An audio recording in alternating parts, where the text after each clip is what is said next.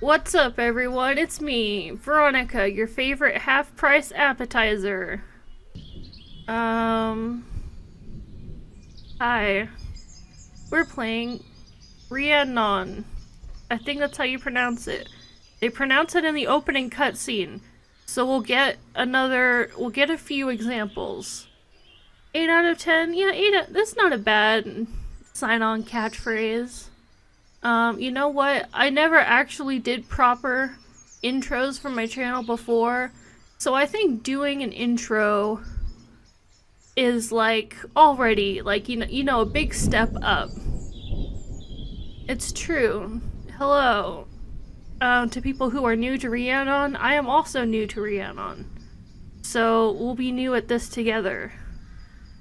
And yeah, I think the day the day Veronica became a professional. It's true. Next thing you know, Ains is gonna sponsor me. If we manifest it, it'll happen eventually. Hey, what's up, guys? Today I'm gonna show you how to play Rhiannon. Now, I'm gonna spend half an hour talking about how Rhiannon is a point-and-click game from 2008. And I did play. I didn't play like anything in the beginning. I watched the opening cutscene, and the graphics look very cool, as in like 2008 kind of cool. What flavor is the Gatorade? Green Gatorade is the only flavor worth flaving, so it's green. Veronica reads the wicked. Ow! Ow! Ow! Ow! Ow! Ow! Ow! Ow! It's hard to open bottles. Veronica reads the Wikipedia article verbatim. True. So a point-and-click game is when you click at things on the screen. Yeah. Nice blue. To be fair, I've never drank in the other kinds of Gatorade because they don't matter to me.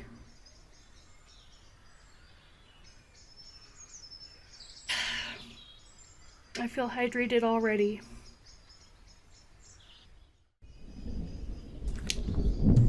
From the vibes, this game reminds me of Barrow Hill and Darkfall, which I both love. Oh, and Scratches. 3, knock it out of the park, home run games. So, I'm very excited for this one. I have high hopes. Also, this game has been sitting, like, at my mom's house, like, where I grew up, for, like, more than a decade. Probably literally since it came out, and I've never played it. So, I'm ready to answer this mystery from my childhood on whether this game is cool or not. Also, it says Rhiannon in, like, the runes, like, Rhiannon. Cool. Okay, I'm actually gonna mute my mic and start the game.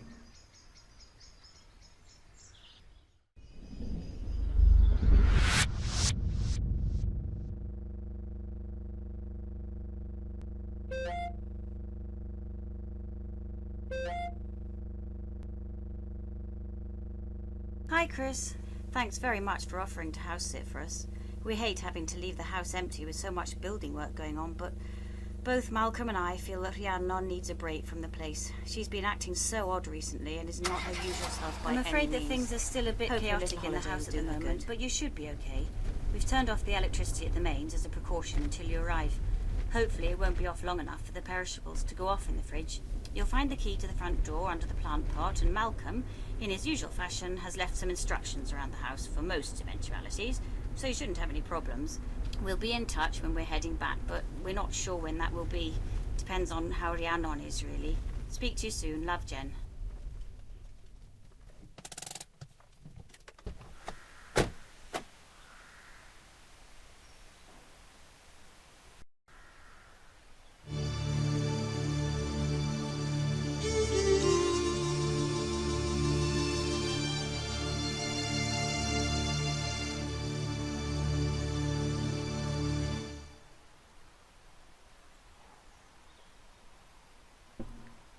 Wasn't that sick as hell?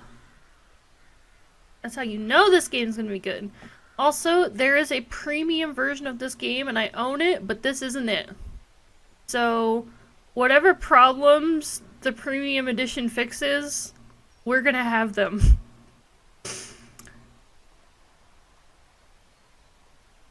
What? Oh, it's... Is that a horse? Also, oh my god, it's so dark. Like, I don't know if I'm supposed to be able to see anything here, but I can't. Okay, to be fair, I do know kind of what... Oh! This looks great! Oh my god! I do know what's in the premium version. There's like a tutorial, which I did read, but it was just like how to play a point and click game, you know? Like, it was like, this is the default cursor. Click, if you see an arrow, click forward to go forward. And I was like, yeah, I've played point and click games before. Also, this water looks sick as hell.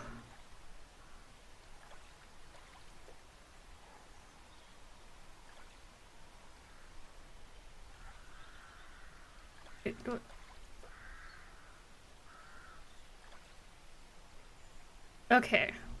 There's a lot of places to go. Actually, you know what? That other path, it looked like it was like blocked by the water, so I'm not sure if I could... Okay, yes. I cannot go any further right now. At least not this way. Oh, look at that the little curly arrow. Oh my god, it's animated too! Oh! Okay, oh, yes. Okay, magnifying glass minus and plus. Even Nancy Drew doesn't have that. Oh my god. Is this the best point and click game ever made? I know it's pretty quick to say that, but like... I'm gabberflasted. Okay, so there's like a lock on this thingy. I'm assuming this is gonna be like some sewer thing to get across here. I'm gonna say it. I think this is the best point and click game ever made.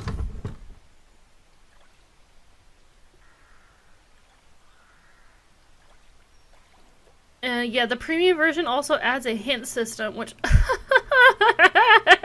Hints? I think I'm some kind of pussy? I'm some kind of idiot? Oh, what's...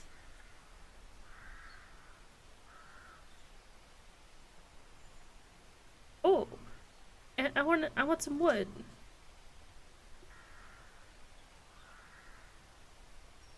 Door? Oh, it's locked. Okay.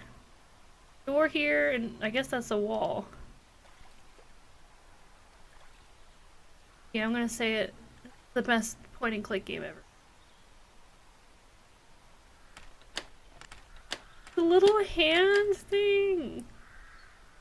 Okay, just crawl through the dog door.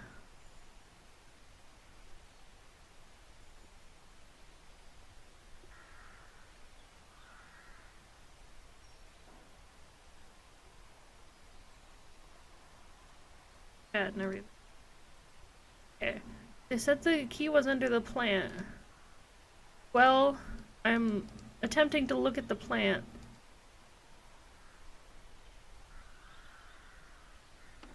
Oh! This one's open.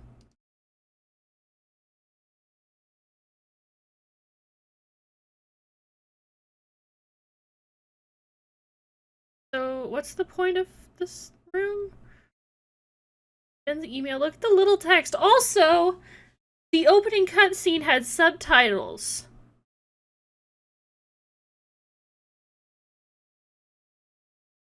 Greatest point and click game ever?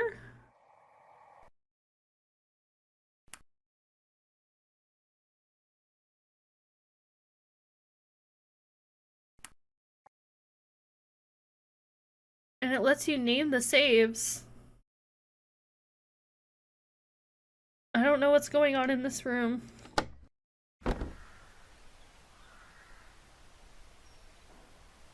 Steve, we've only been here 5 minutes, but this is the greatest point and click game ever made. Which, let me tell you, after Dracula 2, I needed this. I needed this. I will say that, like,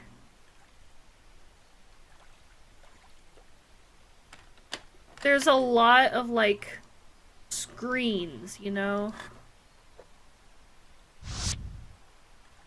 Okay, this is the part.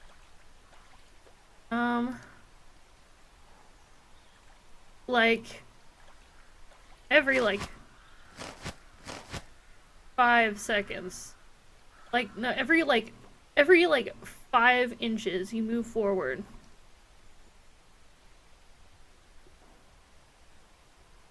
There's,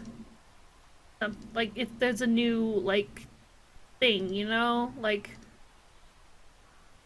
you walk forward, like, a little bit. Like, it's not even, like, another dog door.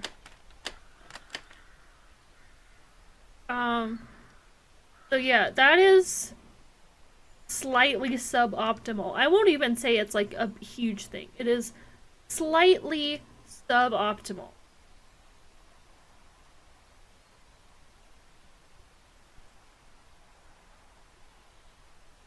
There's a lot going on here. And I think I just walked a different way than I... Oh. People.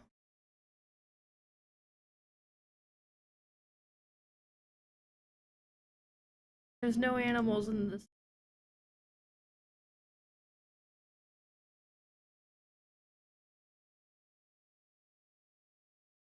It does also seem like there's a lot of, like, I don't know, dead space, for lack of a better term. Like, there's a lot of places you can walk around for seemingly no reason.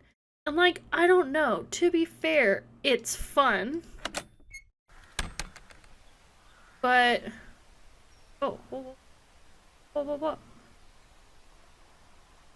Oh, oh.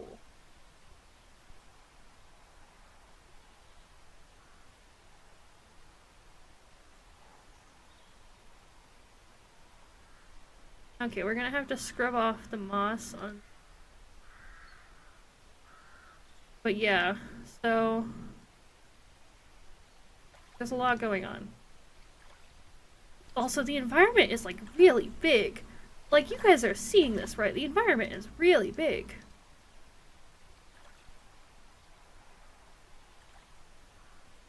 Best point and click game of all time. Best point and click of all time.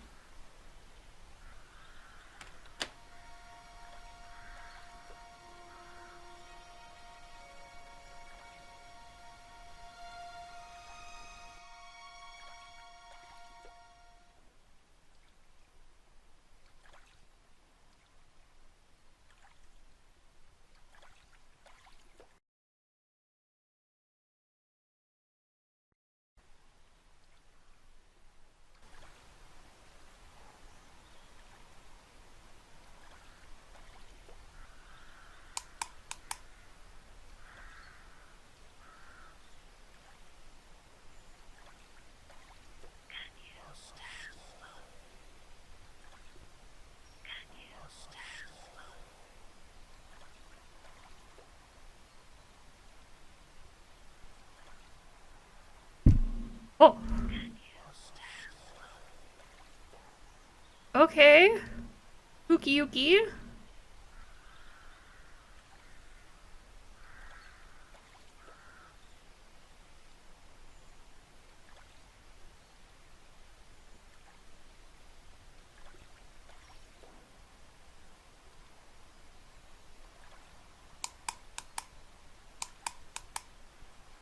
Okay, so I'm not sure how I can help you in the dark. Is this one of those things where we're supposed to look down or something?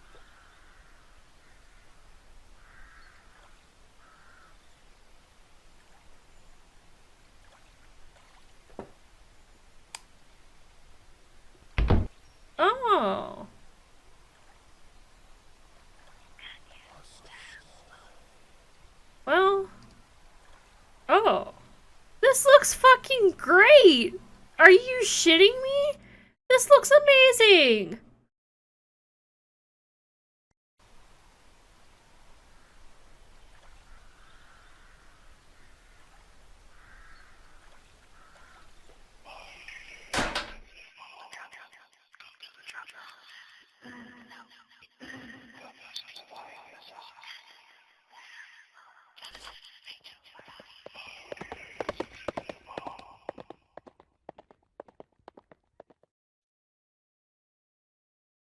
Hey, Phantom Horse caused an accident. Is this Shadow Ranch all over again? It came out of nowhere. This was the claim made by builder Tommy Harris after his van crashed into a ditch last Wednesday. Mr. Harris, 39, was unhurt but very shaken after he lost control of his van when he saw a white horse suddenly rear up in front of him, causing him to veer off the drive as he was leaving Tai Prairie? Oh, I'm not pronouncing that right. Where he is currently conducting renovation work on the property. Scariest thing I ever saw, Mr. Harris said. By the time I got out of the van, the horse was gone. Nobody in the area has laid claim to the animal, nor have any other sightings been reported. Okay, we got a restaurant. Oops, my trousers! T. Harris and Sons Builders. Oh, I guess that's literally them. Literally them.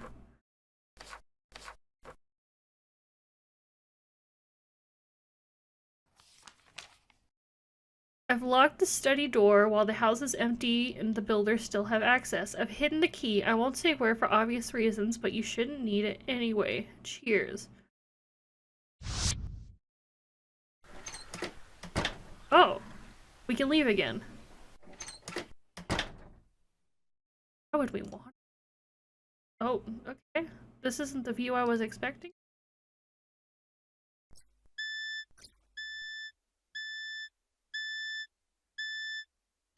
Oh, I thought that was an alarm. It's a voicemail. Okay. Time to mute my mic. Hello, Mrs. Sullivan. This is Tommy Harris. Lads have been getting a bit jittery with all the stuff that's been happening, so I've had to call them off the job for now. I've left a ladder behind. I'll be back in a few days to fetch it when I've got the van back. About the van, by the way. Repair shop says there was almost as much damage done by your neighbour's tractor pulling the van out of the ditch as by the crash. As I said, I'll be sending you the repair bill because it was on your land it happened. Shouldn't be letting horses run free like that. Somebody might get hurt. Gave me the shock of my life. Anyway, please ring me when you're back so we can sort all this out. Bye. Hi, Chris. Knowing how bad the mobile signal is down there, I thought it best to leave you a message on our phone. Hope you're settling in all right. I forgot to mention, please put some food out for the cat. There'll be some in the fridge or the cupboard. I doubt you'll see him, he stays out all night. But if you don't feed him, he'll bring in all sorts of nasties. Oh, and you'll need hot water, so best start a fire sooner rather than later. Love you. Mrs. Sullivan, Tommy again. I forgot to mention that while we were levelling the dining room floor, we found something under the tiles. Looks like a bundle of cloth. Seems to be really old. I've left it in the kitchen. Hello, Mrs. Sullivan. This is Tommy Harris. Lads have been getting a bit jittery. Mrs. Sullivan.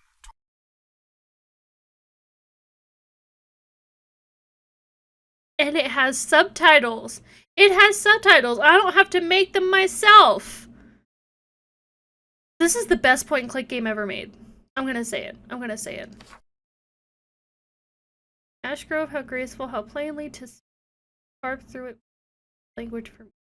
Whenever the light through its branches is breaking, oh, are we gonna have to play that?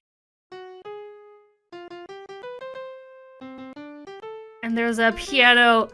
Best point and click game ever made. Thank you for the lighter. Best point and click game ever made. Best point and click game ever.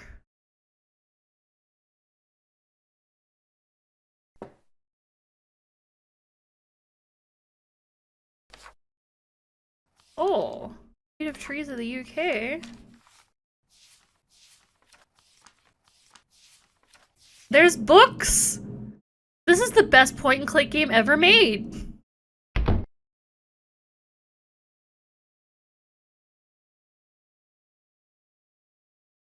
CRT.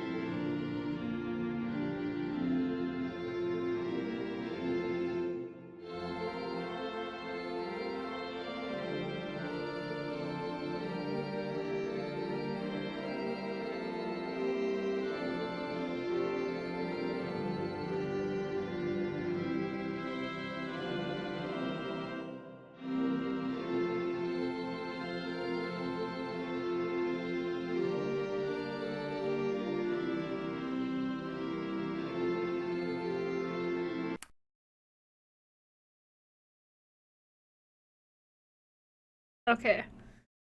It's a bot for sure. Okay.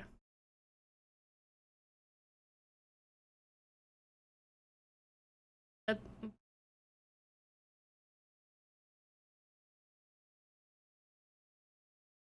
that ambiguous red book?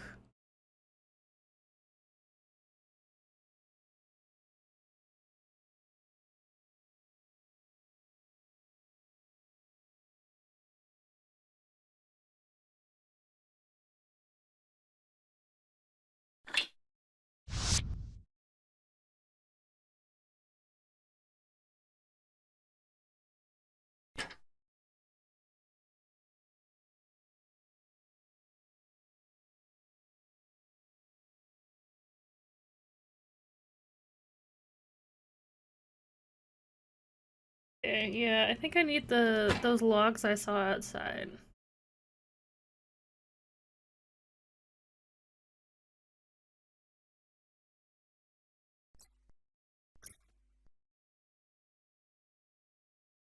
Back in the end. Okay, that's the door that has the hidden key locked. Okay. This is not back towards the This is the Oh. Oh, just shove that in my pockets. Yeah. Best game ever made.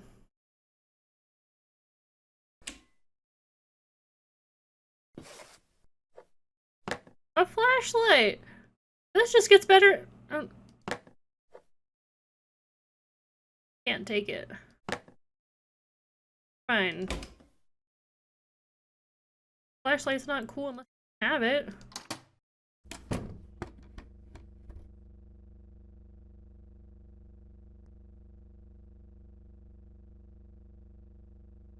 Okay, kitchen. This looks great, by the way.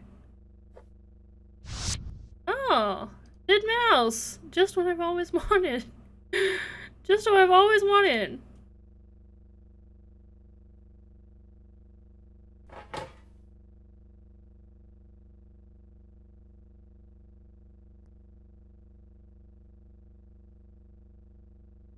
I love that it. The little icon is even animated with the flame. Oh! This is the best point and click game ever made.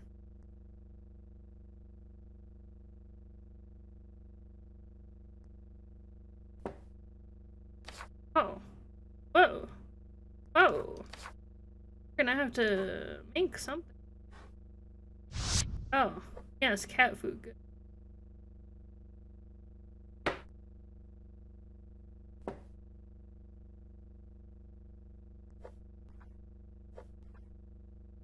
That salt is for later. Interesting. They won't let us take everything yet.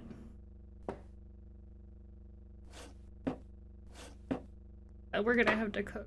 Okay. I'm not sure if that's a plus or a minus for this game. Oh. Hey, look at the little mini fridge. Oh. Okay. Alright. That's not what I was expecting. Oh, Welsh butter.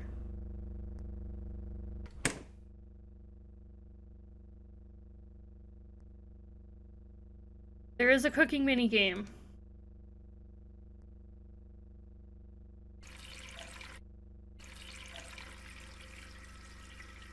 We have to choose if it's hot or cold water.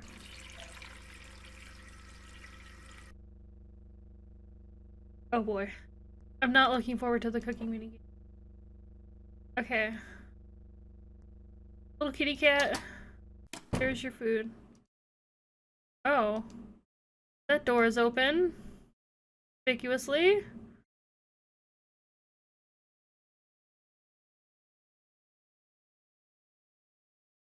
Oh. It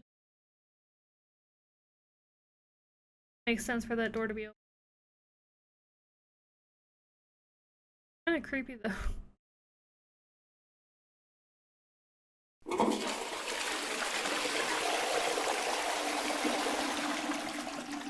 Beautiful 2008 graphics.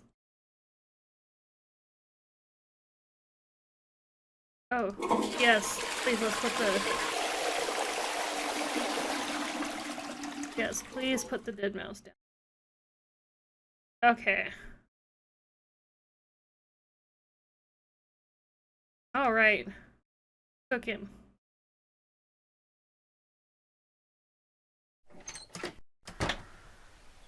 Oh!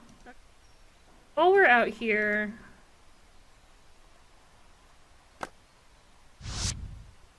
Yes, let's get logs. Get some kindling. So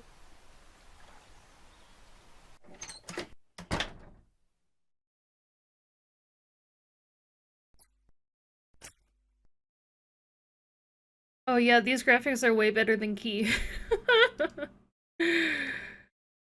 Oh my god. Yeah, these graphics, despite being 15 years older than Key, they are still...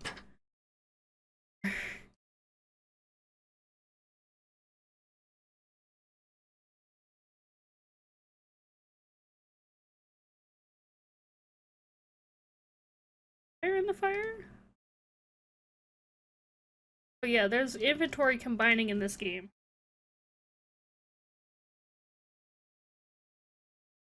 But I'll be honest, I wasn't really paying attention to that part of the tutorial when I was testing out the premium.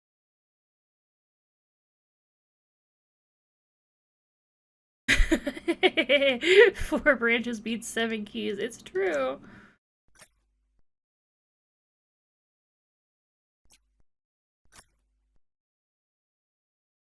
A lot of stuff going on. Oh, look at that beautiful printer. Keynote speaker, Dr. Sullivan, 2007, Earth Science Conference. So that, like, just happened pretty recently. Oh, this map.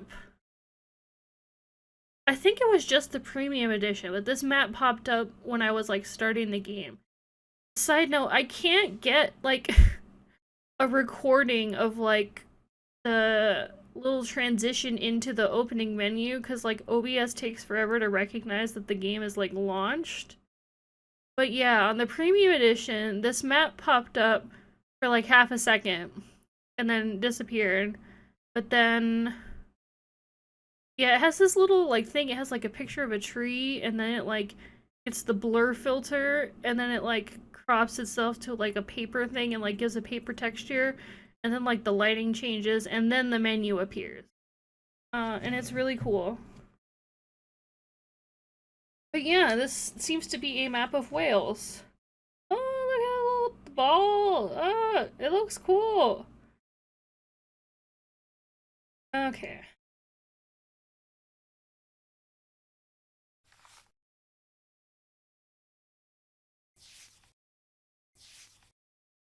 Oh man. Oh, this is a long book. Oh. Oh. Whoa. That's true. Can I steal someone else's video from my video?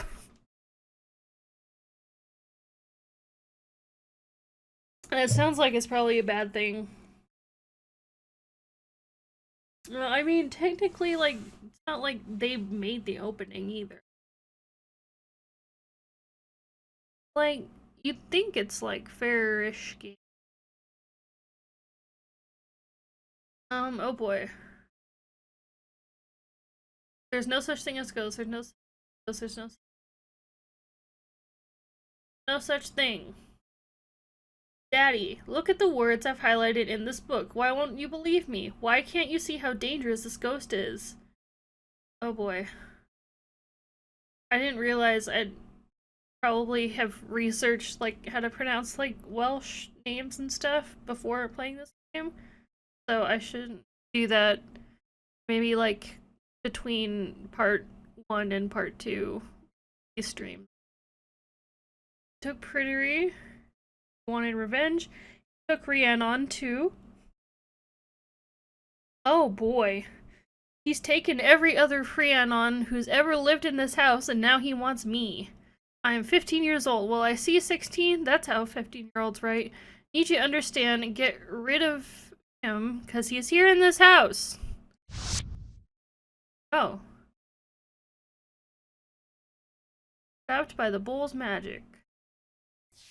Oh boy.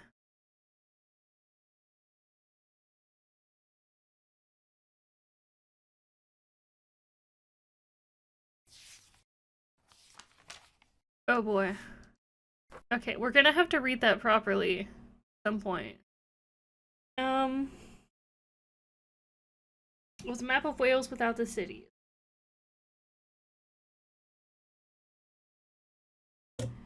I'm gonna forget. We have to read it now. Fluid. Okay. Sophie, if you want to be in charge of Googling pronunciations, I'll do my best to pronounce them. Whew. Okay. We're doing this entire book. We're doing this entire fucking book. Doing it. Doing this entire book. Oh boy. Already there's like, I mean, Arbirth seems like it's pronounced Arbirth. But these three, there's, in the first 2 sentences, there's already 3 things that I'm gonna need to learn how to pronounce well. Okay. These, they're English letters, but they don't follow the English pronunciation rules because they're not in English. Who could have possibly predicted that? I'll just, I don't want to mispronounce them, so I guess I'll skip over them. This guy is king of this land. Can I read IPA? Not really, no. That's the one where like do all the pronunciation one. Yeah, I can't really read that one. I should probably learn. Okay, he's king of this and holds court at Arbirth. Yeah, International Phonetic Alphabet. Yeah, I should really learn how to read that. At this place, he saw a pack of dogs colored bright white with red ears. These pursued and killed the stag. He chased the dogs away and let his own dogs feed on the stag. This was seen by Aron. Oh boy. This was seen by the other king, who berated him for his dishonorable actions. To make their peace with one another, the kings made a deal. The other king needed to kill this guy, a rival for his throne. The 2 kings agreed to swap kingdoms for a year, each taking the form of the other. At the end of the year, the first guy, still in the form of the second guy, met that guy and struck him a single blow that he knew he was about to die.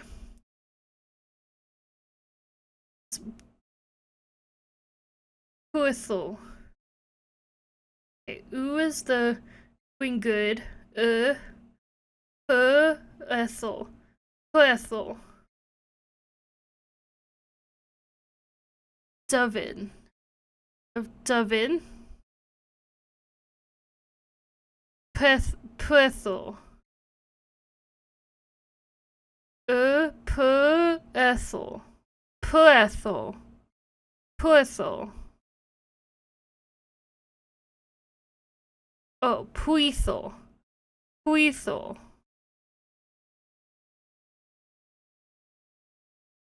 Puethel is the king of David. Okay, so Puethel. Puethel, still in the form of that guy, and he almost killed that guy. I guess he didn't. A single blow. Oh, and he just left him there. Okay. Like Glun. Okay. The kings returned to their own forms and kingdoms to tell their countrymen the truth. In Anwin, that's probably not how you pronounce it. They said the country had been exceptionally well administered. In David, Puethel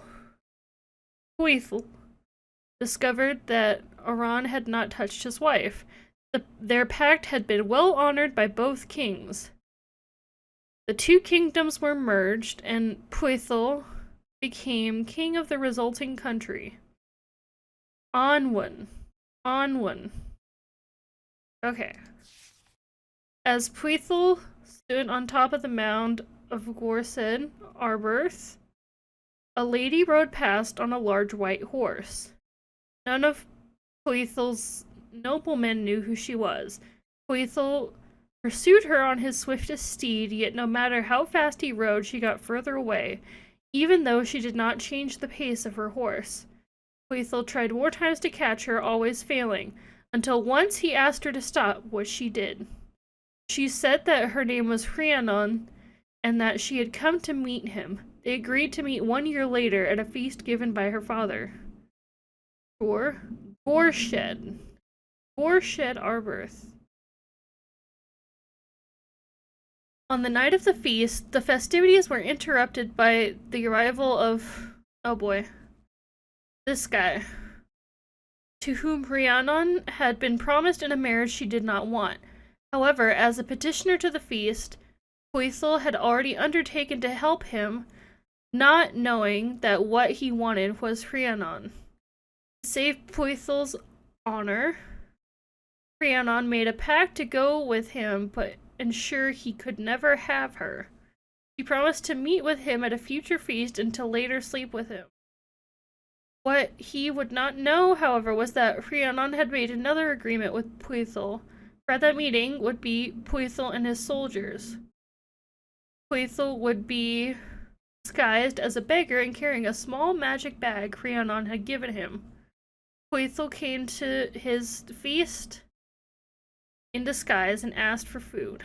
As befit tradition, he was generous to this unknown petitioner, but no matter how much food was put into the bag, it was never full. Puethel explained that it can only be full if the food was pressed down by the feet of a nobleman.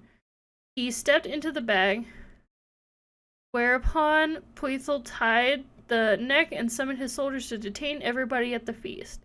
They beat the bag with sticks until he asked for a more honorable death. He was released from the bag, having given his guarantee never to take revenge. Oh yeah, that's totally how that works. Puethel and Rhiannon ruled as king and queen.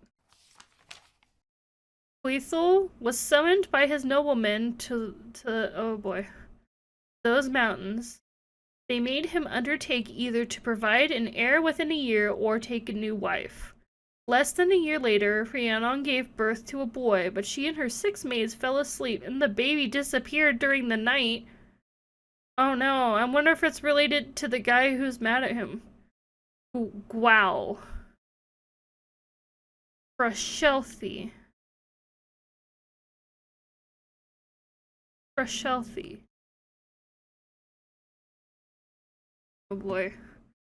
Oh, I bit off more than I can chew. Fearing punishment, the 6 maids killed a dog. Killed the dog and smeared the blood on Rhiannon's face and hands, accusing her of killing her own child in a fit of rage. Nobody could prove Rhiannon's innocence, so her punishment would be that every day for the next 7 years she would sit by the gate at the court of Arbroath, telling the story of her crime to anyone who did not know it, then to offer to carry the visitor on her back to the court. Oh my god. Every year, at the beginning of May, a mare belonging to that lord, Shelley, that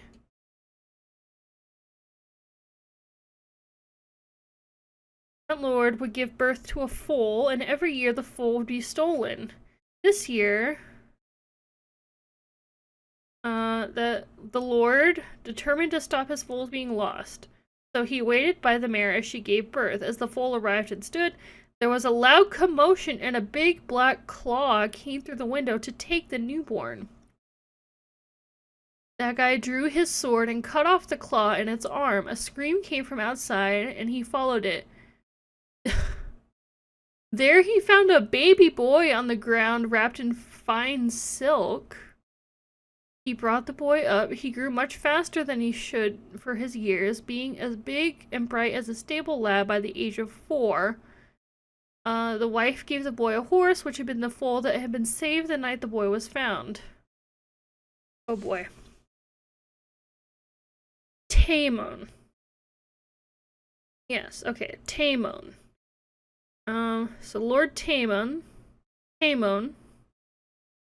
began to hear stories of Rhiannon's penance and noticed how alike the boy and, oh my god, Puethel were in appearance.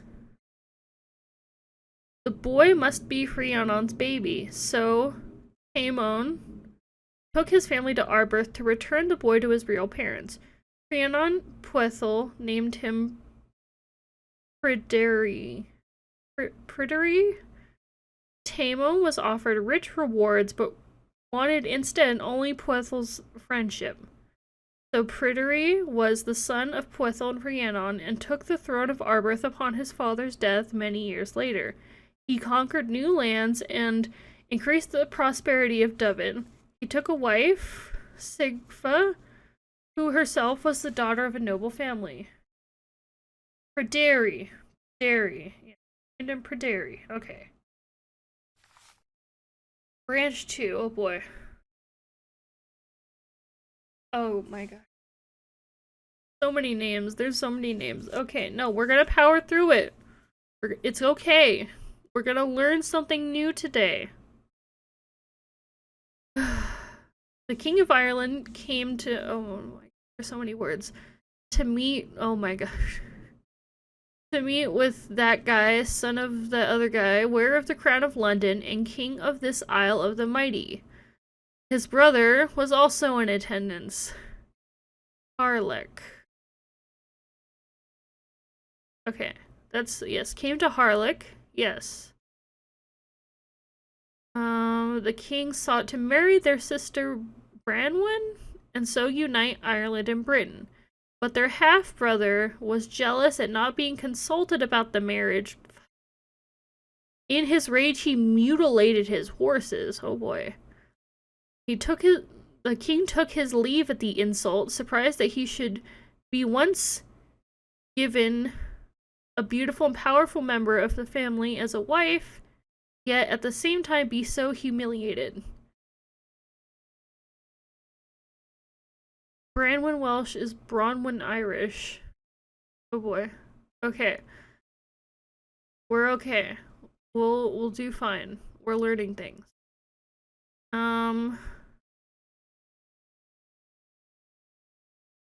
Oh boy.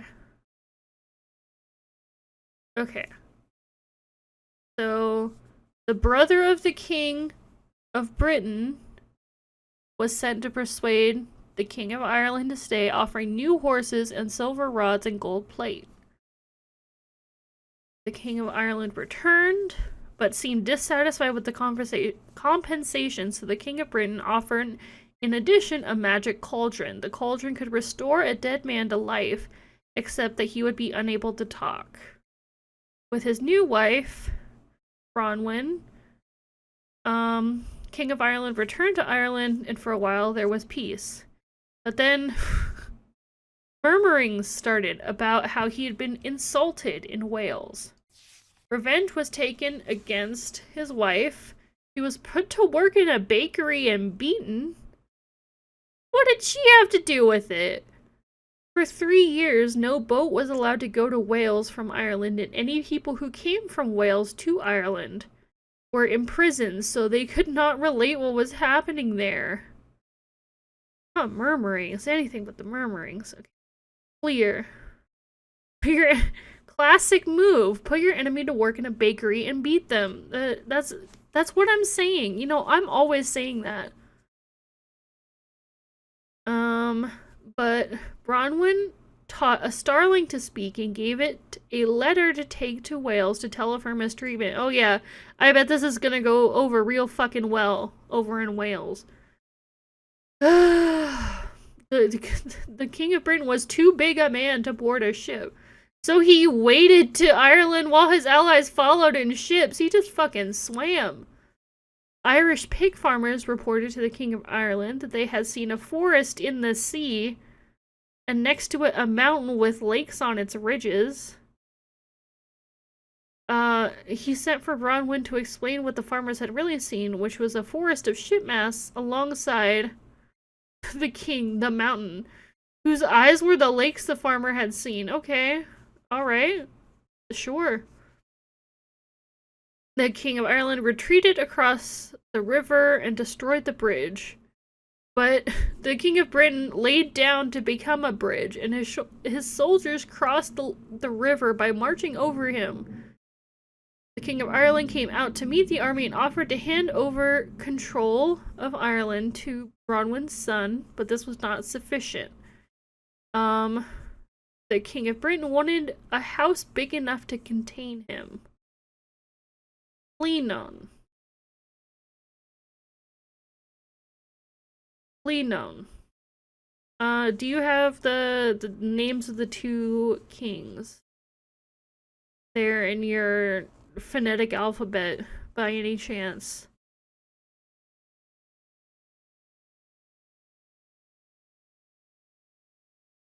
This was built,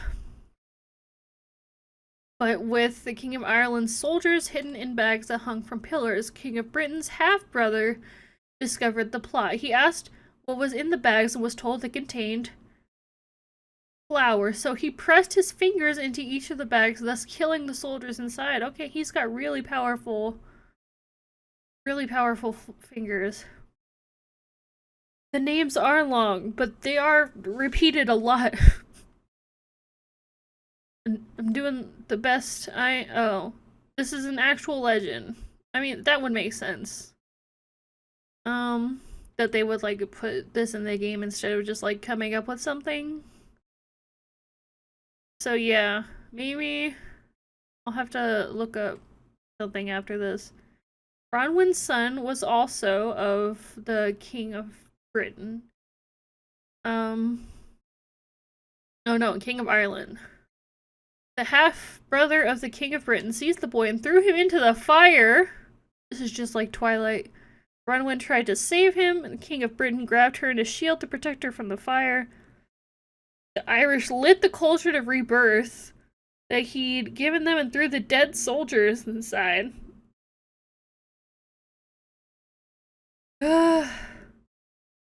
Seeing this, the half-brother of the King of Britain pretended to be a dead Irishman, so he was thrown into the cauldron. Once there, he stretched himself so that the cauldron broke, so the Irish soldiers could not be reborn.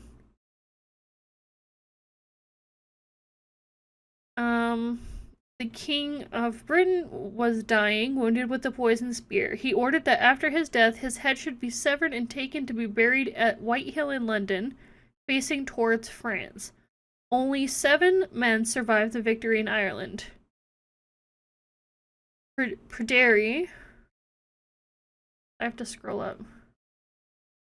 Pryderi, yes. Pryderi was one of these, as was... I don't...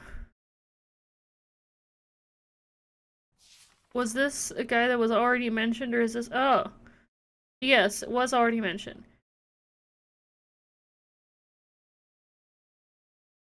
Okay, this is the full brother, not the half brother. The full brother. They would be the Assembly of the Head.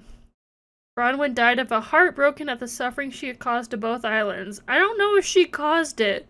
Like, I don't think she caused it. Like, I'm just gonna put that out there. I don't think she caused it.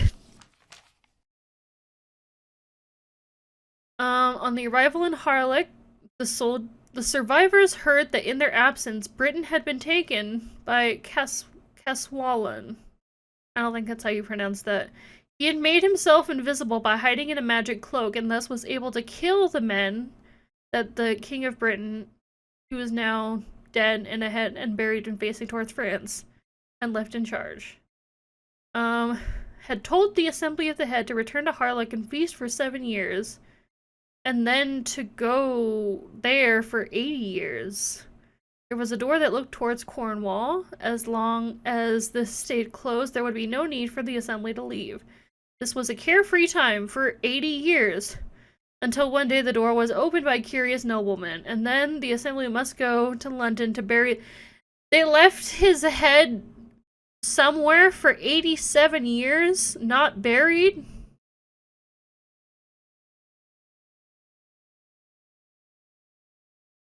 I mean, I know legends aren't really supposed to make sense, but like, okay. Okay. After the burial at Whitehill, after 87 years, the full brother, was left without a home, so Pryderi offered him the 7 cartridges of David and the hand of Rhiannon. Hey, do you want to marry my mom? So, do you want to marry my mom? Oh boy. Pryderi went to meet with Caswallon. That's not how you... That can't be how you pronounce it. In Oxford to pledge him allegiance.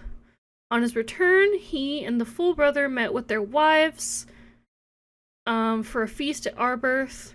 They left the servants and went up the mound of Gorshed, Arbroath. There was a clap of thunder, a mist, and a bright light. After this, only the 4 of them were left.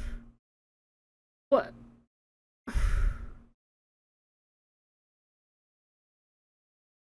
Only the 4 of them were left, with only the ruins of the court of Arbroath. There was nothing else, no people, no animals, no buildings. They began to search the country, but found no dwellings, only wild beasts. So the whole kingdom was just gone. Okay. They decided to go to England to make a living as craftsmen. Okay. Fuck being a politician. I want to be... You know, that's respectable. Sometimes you're a politician and you go up a hill and then your whole kingdom disappears and you're like, time to be a craftsman. Why not, right? They returned to Dyfed and spent a month... Oh, wait. They made saddles in one town, shields in another, and shoes in another. In each case, their craft was so superior that the other tradesmen of the town plotted to kill them, so they had to move on. Yeah, I think some of our politicians should retire and become craftsmen. Like, it's only fair, right? Like, they'd avoid the guillotine that way, for damn sure. They returned to Dyfed and spent a month foraging and hunting. Once they chased a white boar until they came upon a newly built castle where there had not been one before. Okay, spooky. Pryderi went inside alone. There was a fountain beside which was a golden bowl suspended on 4 chains, which were so long that the end could not be seen. Pryderi stood on the marble slab beneath the bowl and touched the bowl with both hands, whereupon he found he could not remove his hands or feet and could not talk. Oh. Is this... Oh, is this different from the cauldron? Question mark. After a while, Rhiannon went searching for Pryderi. She too became trapped by the bowl's magic. Then there was a clap of thunder. Oh, not again. And the castle disappeared. Oh, yep. Classic move. Castle number 2, gone.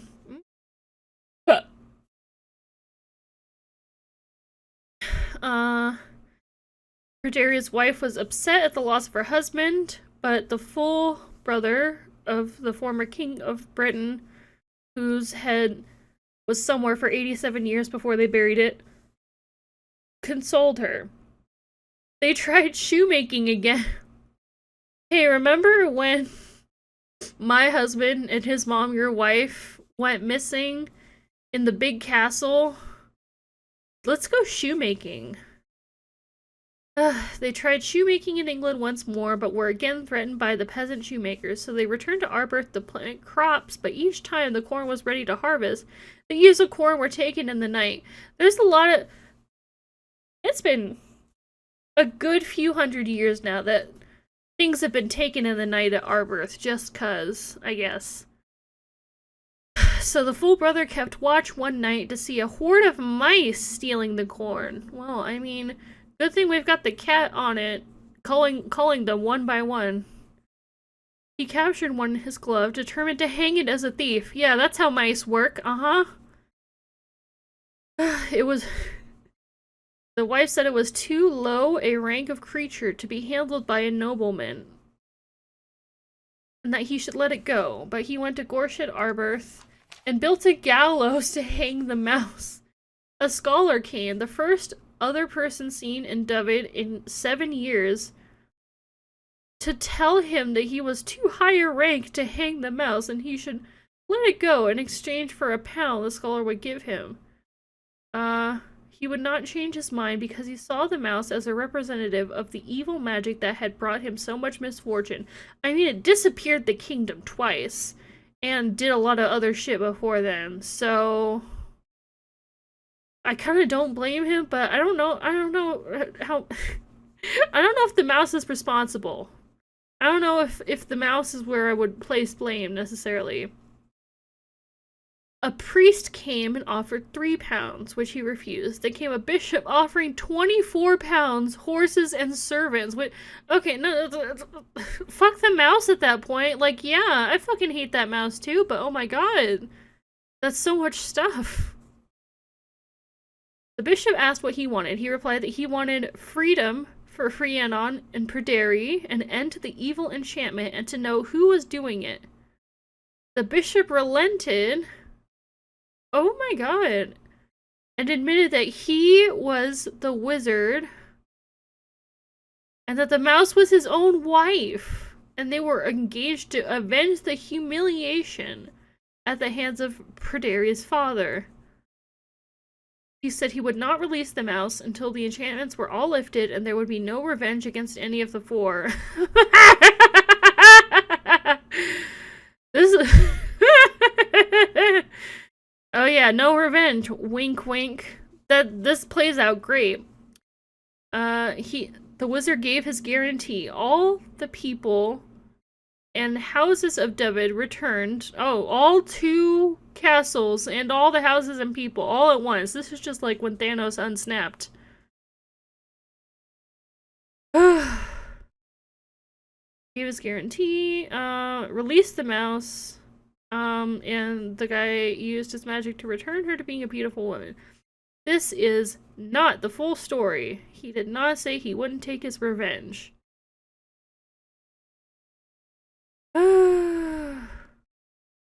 Yeah, there wouldn't be no revenge against any of the 4.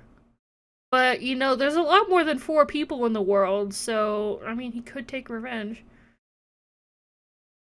Okay. We're 3 chapters down. I think we have 1 or 2 more. Okay. So, David and Arberth are like over here. Good to know. While Pryderi was lord of the southern Cantrils, Math? I don't think that's how you say that. Was lord of this. Yes. Southern Cantrils. I'm gonna assume it's still this. Okay. The north. Nephew heard of the arrival in the south of new creatures known as pigs. Oh. Okay, he got some pigs from Pryderi. Pryderi is doing a lot. Pryderi's got a very busy life. Like, he was grown up at 4 and then disappeared for God knows how long. And that was during the second disappearing of buildings and people in David. And the part where he fought in that war with Ireland, and then this guy had a life. This guy had a life. He used his magic to create 12 saddled and bridled stallions, 12 gold-collared greyhounds, and 12 shields made from mushrooms. This sounds sick as hell. He exchanged these for the pigs. Oh, absolutely. This is a great trade. But the magic only lasted 1 day in the... I'm mad. I'm mad. I'm mad. If I was Pryderi, I would kill that son of a... He insulted Pryderi, mustered an army to meet that guy's army. Okay, imagine. You're living up here, right? You're living up here. And you're just minding your own business. You know, you're the shoemakers who kept running these bitches out of town for being too good at your job. And so you, like, live as, like, a fucking serf or whatever they're doing. And you're, like, farming and shoemaking and whatever the fuck. And then the king says, hey, we gotta get an army. Chop, chop, chop, chop, chop. Army time. Come fight for me. And then you're like, what are we fighting about? And he's like, oh, I scammed this guy down south out of some pigs. I gave him some magic shit that disappeared after a day. But we got pigs! Look at us! And you're like, so I'm supposed to lay down my life for your shit negotiations? You tried to cheat some guy out of something and now it's my problem?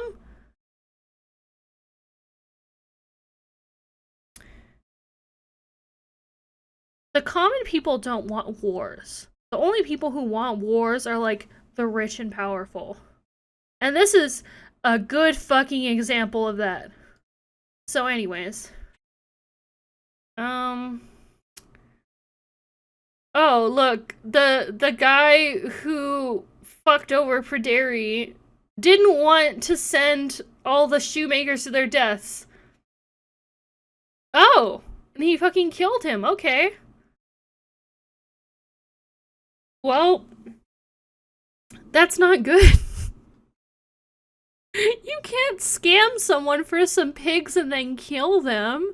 I mean, I'm glad you kept, like, the regular army guys out of it, but, like... There's so much... Why couldn't you just pay an honest price for the pigs? Oh, that was it. Okay. Oh, I guess it was all about Pryderi, so, yeah. I guess it makes sense that it's, like, over... Exit. Okay. Read that whole book. And we're back at it. Yes. So, this is where we are. And this is where the pigs went. Okay.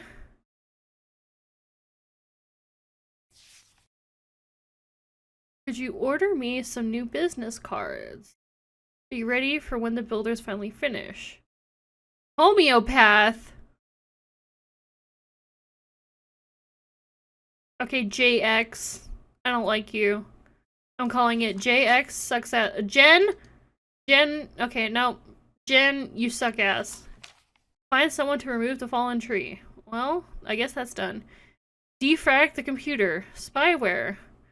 I guess there wasn't any spyware on there. Book flight for Austria conference. Cancelled, question mark. Write paper on North Sea oil deposit depletion. Order Jen's business cards. Oh god, don't do that. Just cross it off. No. Book car in for service. Oh, here's a map. Oh boy.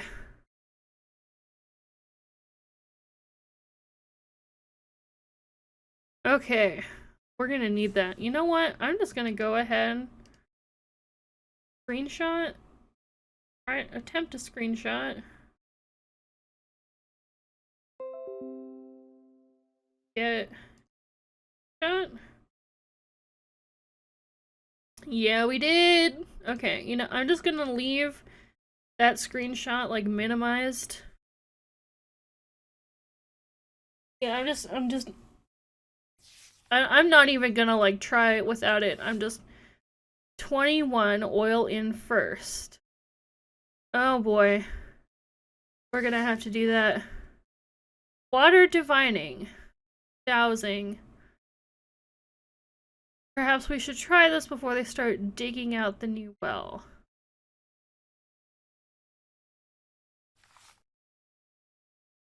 Oh boy. Oh boy.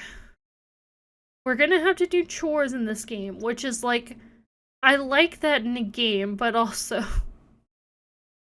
I don't know, man. Must be close to the house, not too close to other buildings. Workshop site, question mark. Easily accessible, close to existing paths. I don't want to have to... Oh. MP3. Oh, it's out of batteries. Okay. We gotta charge the MP3 player. Okay.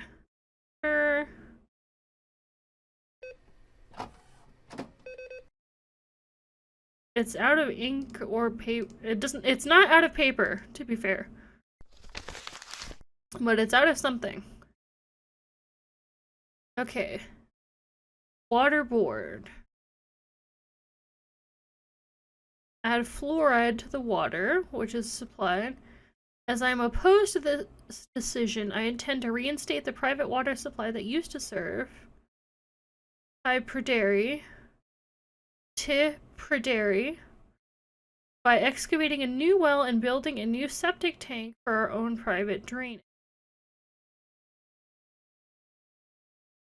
I would be grateful if you would let me know at your earliest convenience if there are any procedures to be followed in order for me to do this, and also what is involved in removing the current. You don't want fluoride in your. These homeopathic bitches don't want fluoride in their water, and so they're building their own fucking well. I'm gonna say it, I hate these people.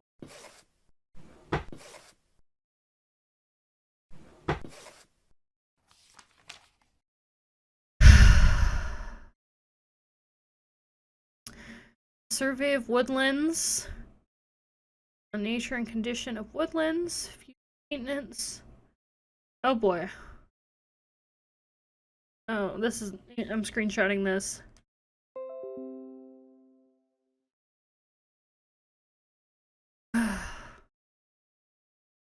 Populated by several native tree species.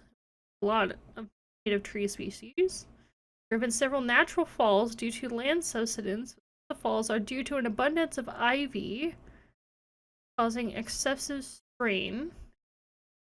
Worst cases of ivy be removed. Is that what the weed whacker is for? Not to completely remove ivy where it is not doing any damage. Berries provide wildlife. Light thinning. Okay. Thin the trees a little. Lots of elm in area 2. Dutch elm disease. Boy.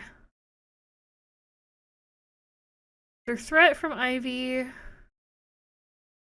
Thinning out would ensure the elm's survival.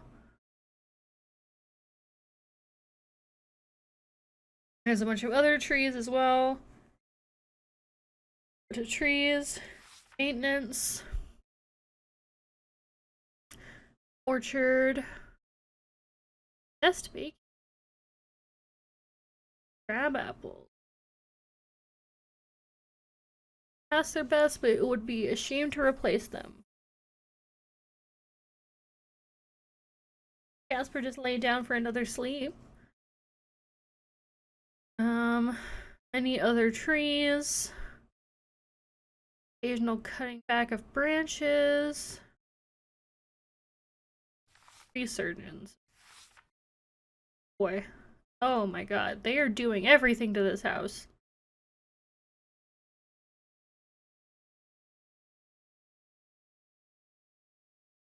Okay, they are doing. Oh, yes, these are the guys who are now away because the horse killed their van.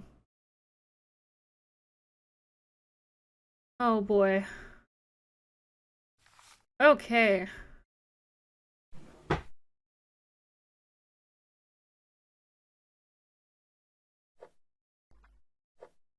Can't even make it go?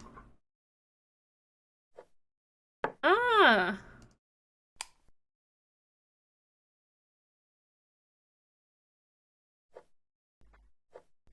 Look at this fucking oval mouse. I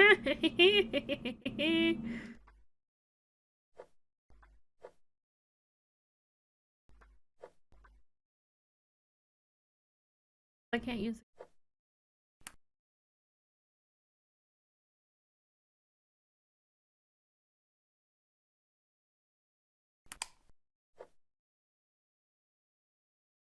Still charging. Yeah, I guess we have to leave it there for a while.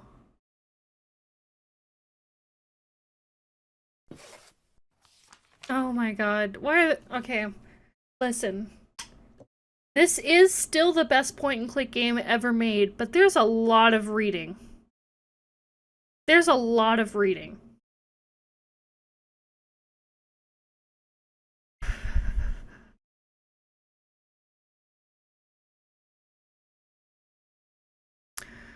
Oh, this is where they bought it. Oh my god.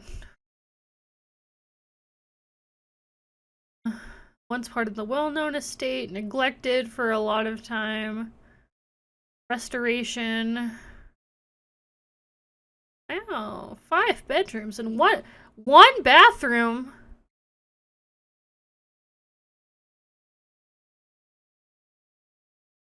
Okay, there's a lot of shit, but it's in bad condition.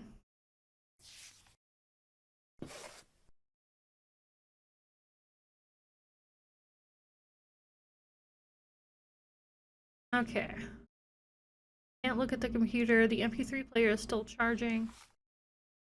Oh. October.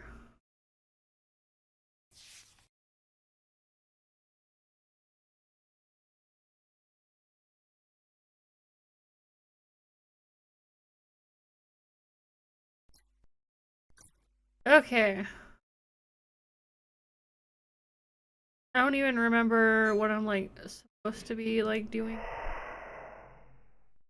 Oh, the ghosts don't want me to go upstairs.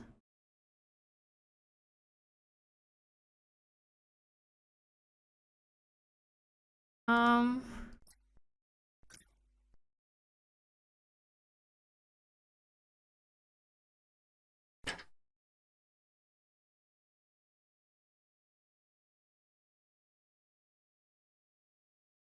okay, so I'm supposed to put something in there.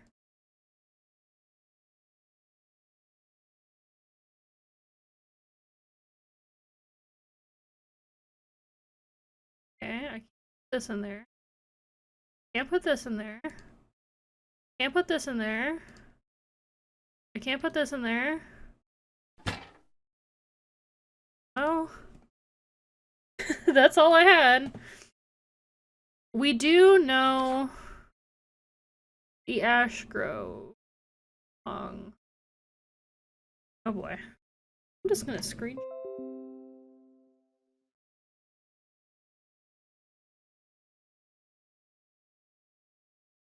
Pull up the screen. Okay.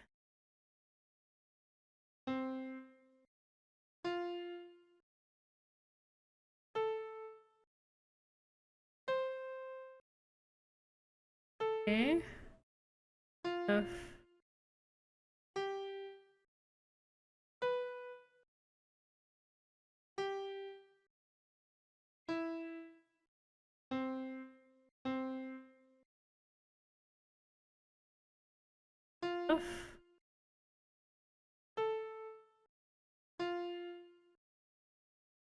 D. B. B. B. B. B.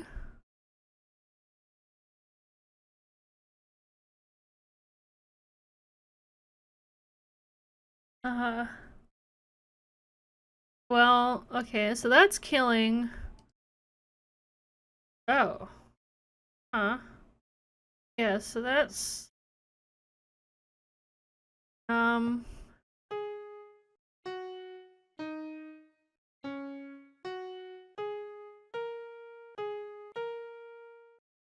yeah, so we can't play the whole thing. We can play the first line. Okay. There's something. Is so in summary, I don't know what's going on.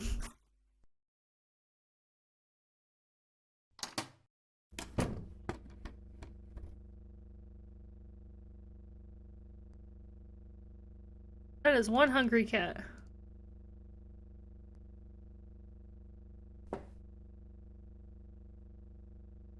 Oh, I don't see any more cat food. So, kitty cat, I hope you liked that one can, because I guess that's all you're getting.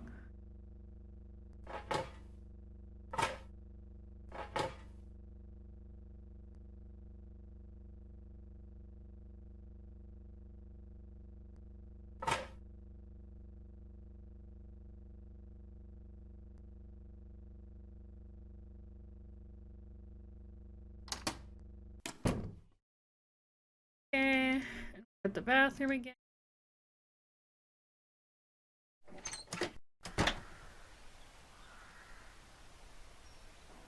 And I'm unsure what we're supposed to do.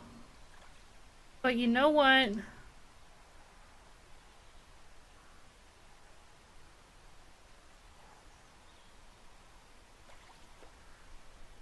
That's okay.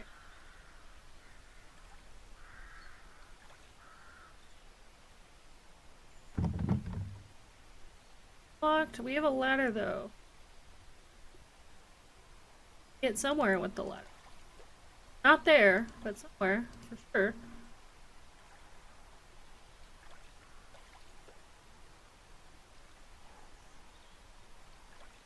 Well, that's not the combination.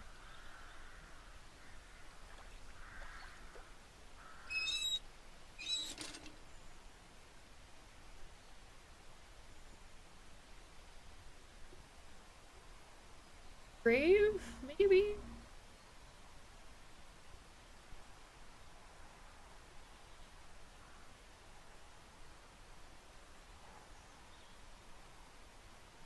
Okay, this must be orchard? Question mark? Pull up the map. Okay, so... Oh god, okay, yes, this is the orchard. So we went out here, and then we went this way, and then we're... Gatsby. Sleeping. Okay, well, I guess let's go to area 2.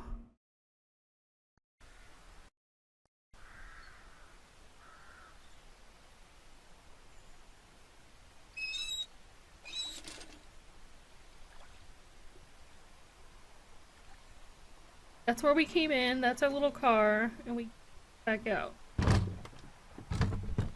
Okay, this is area 2.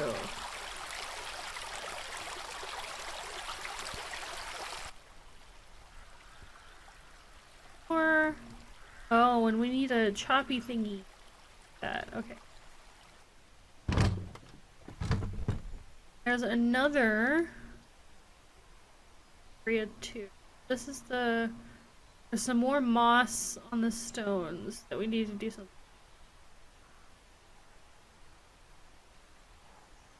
Oh, and there's that big tree.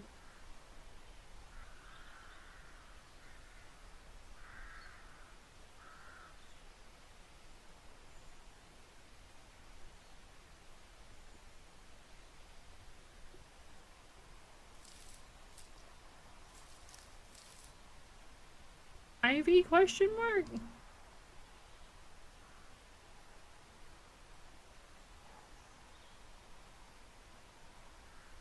Okay.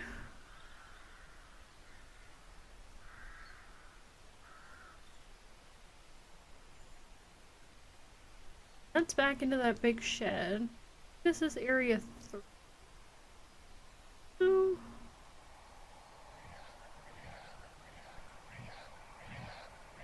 Oh, wait, we still have some cat food. Rhiannon. You have her letter.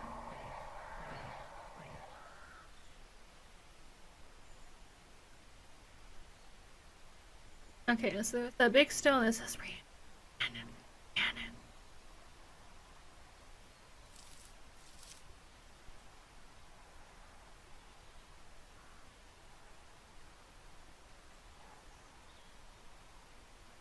This is feeling a little less daunting than it was last time.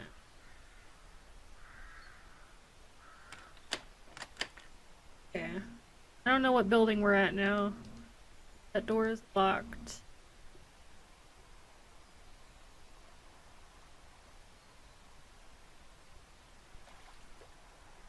Let's go feed the cat again.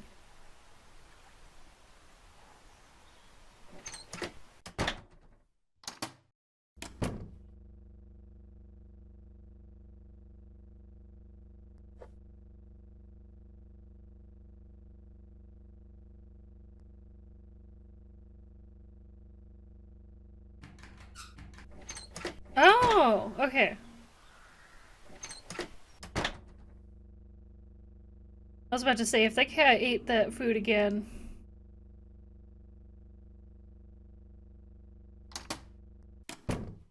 Okay,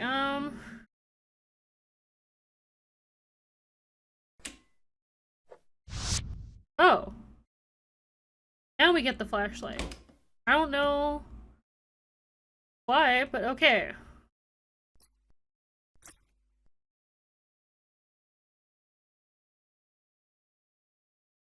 I have a feeling we're supposed to do the piano puzzle, but I'm not sure what... Did I make a mistake I was doing? Or like...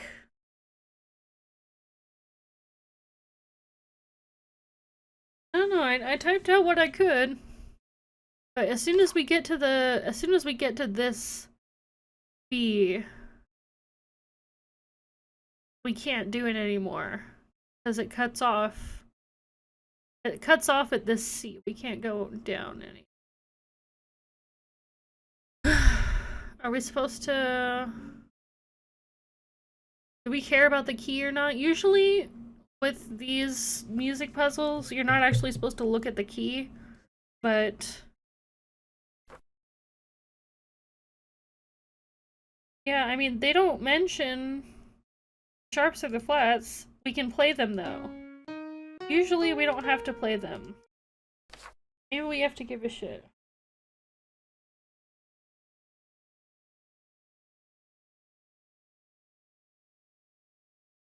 But a B sharp is just...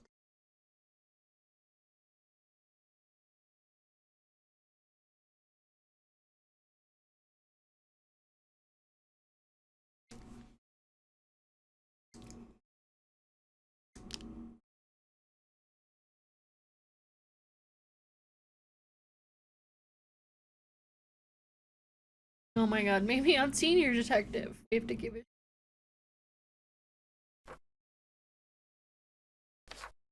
For now, I'm gonna ignore it. Just because, I mean, they wrote them all out here. So, like...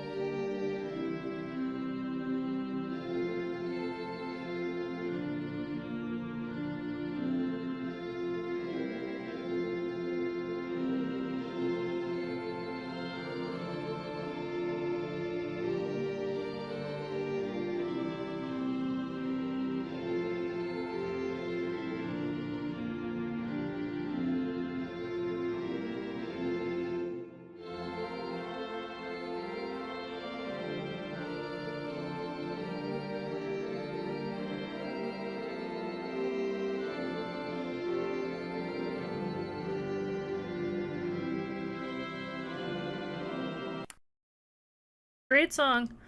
But I realized something we can do.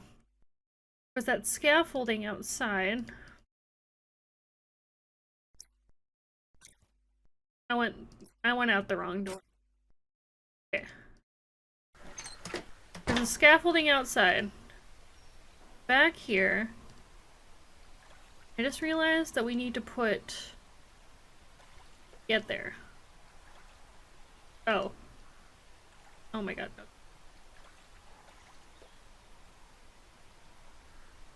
The navigation is a little funky.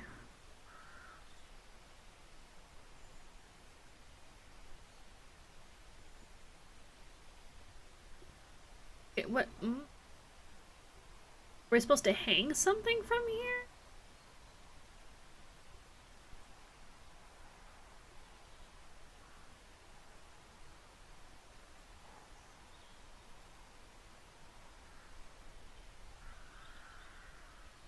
Okay, never mind. Never mind. I thought we were supposed to do something with the ladder there, but I guess not. It has not eaten the new food. Oh, we're supposed to put something else?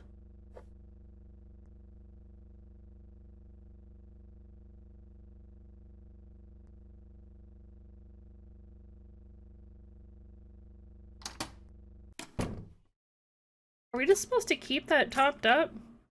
That's a lot to ask.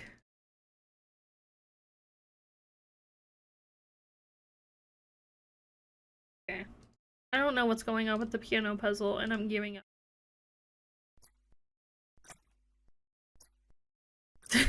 Nancy would let you use the lighter on the house and get a second chance because it burned down. So true, bestie. Okay. It is still low on battery. Still can't go upstairs? Oh. Sorry? I am Druid. Rhaenys soul is mine.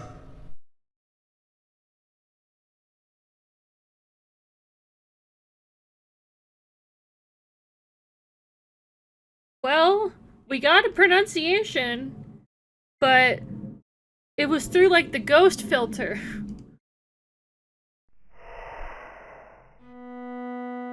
Oh.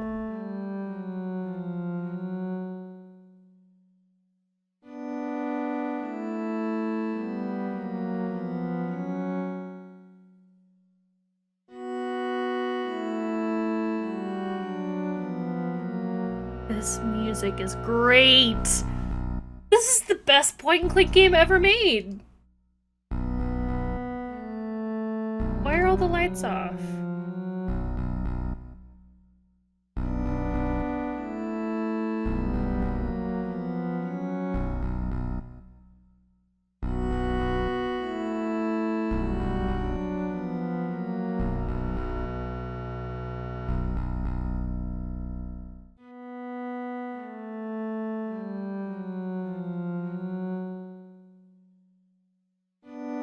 I'm not sure I've played the other games from this developer. I'm not sure what they've made. Can you look up what they made? Oh, does this need a new light bulb? Okay, that would make sense. Can't go down there. Can't go down there.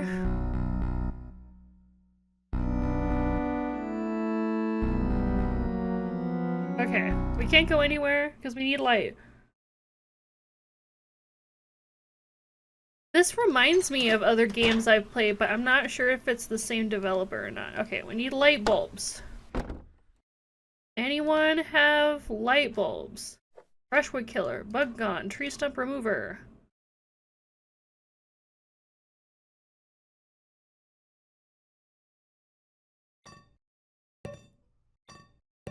And there's a wrench. Okay, I don't think that's a wrench. That's something. This is the only game they've ever made, but this is the best point-and-click game of all time. How could they not make other games after this? I'm actually kind of distraught about this.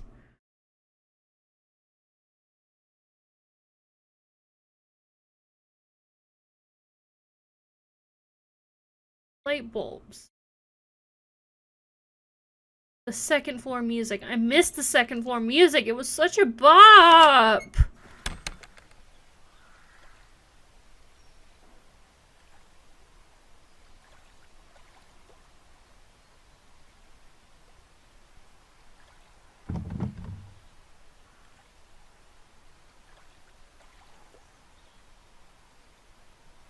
Where were we at earlier? What is this? Have we been here before? No. Where are we? Okay, wait. So, wait, okay. No, where the fuck is this? Oh, we went this way. This is area 1. Okay, okay. We're in area 1.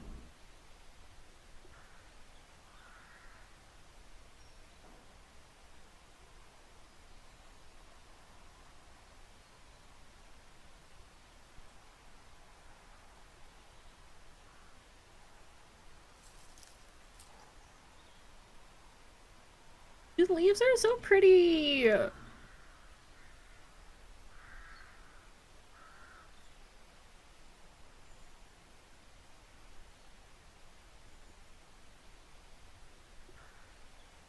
Greatest. Wait, oh.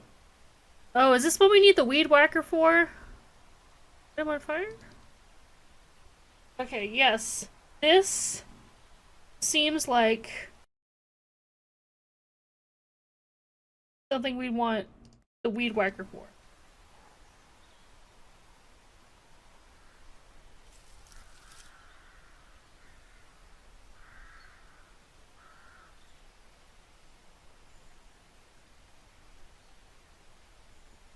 Okay. Oh, maybe I should take a break. But yeah, oh my god, I'm obsessed with this game.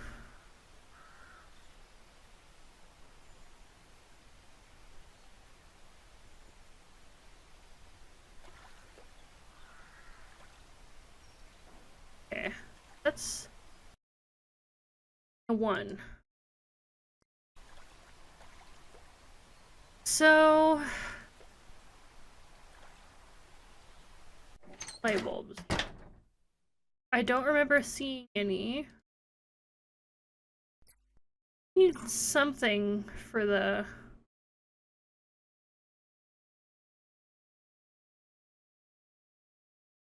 lamp. I'm gonna assume it's a light bulb because I can't think of what other thing would be causing the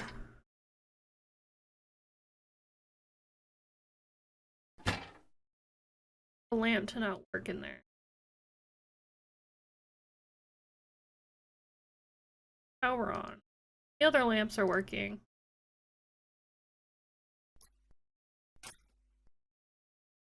It's the only place to me that feels like it would have light bulbs in it. Like utility room.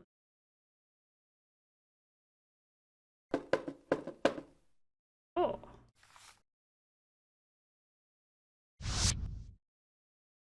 Fire photograph.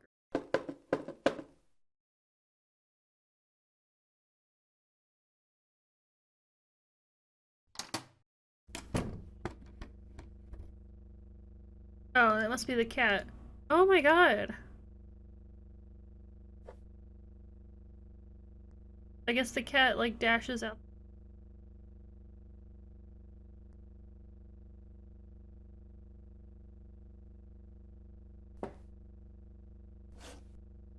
Hole in here, but we can't take any light bulbs.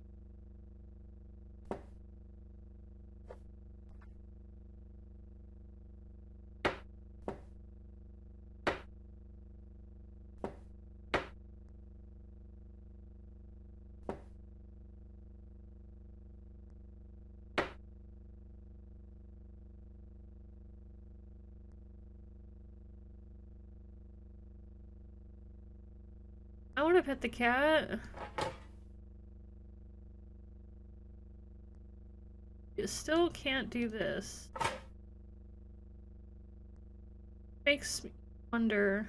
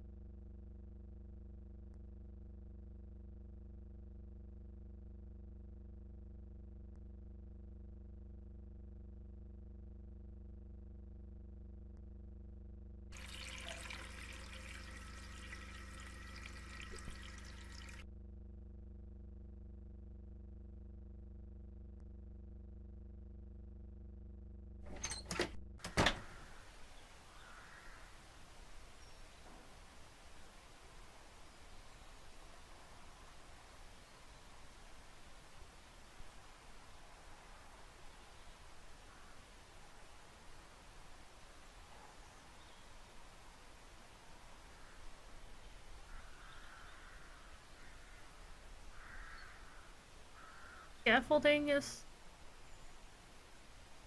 Can't put the ladder. Okay, this makes me wonder if I'm missing, like... some, like, up or down arrow spots.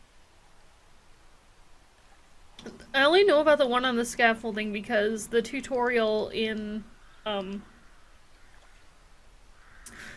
the premium edition specifically very overtly mentioned the scaffolding. Like, if you see this up arrow, you can look up or down. Make sure you try it on the fucking scaffolding, you fresh idiot.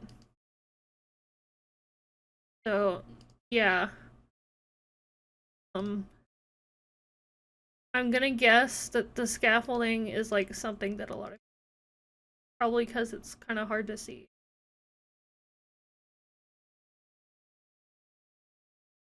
I wish I was playing edition right now. We just cannibalize one of these lighting, because like, yeah, like light is important, but we can survive without one of these 3 light bulbs.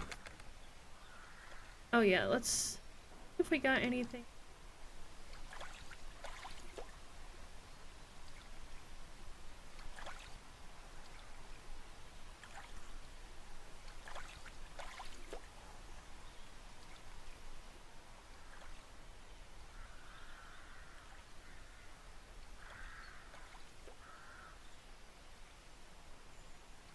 That's just...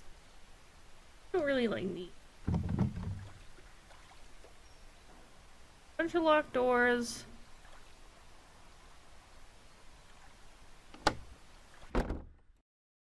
So, I don't know.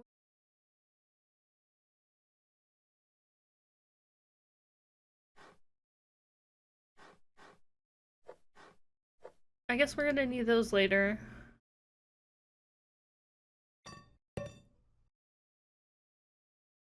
Start a fire, and I'm not sure why we can't.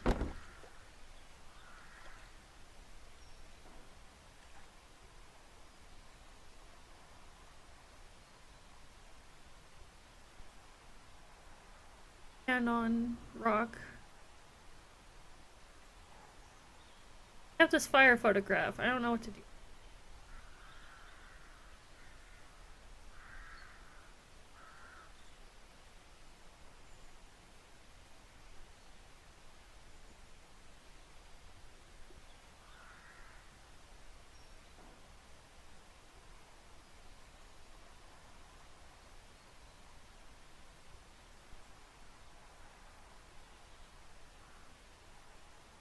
Okay. Game plan is we go inside and we look for the up arrow everywhere. Oh yeah, this is the bathroom, okay. Right. Toss anything.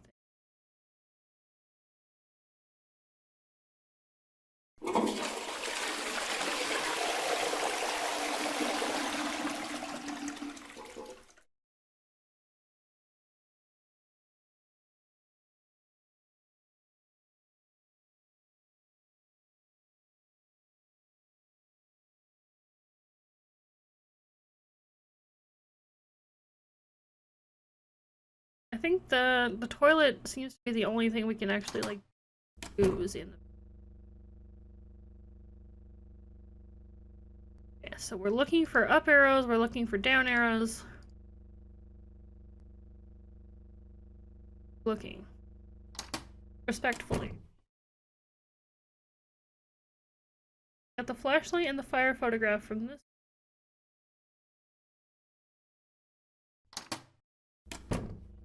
Oh, this is new. Caviar. Who keeps caviar in the laundry room? Measuring cup, okay. Box, okay.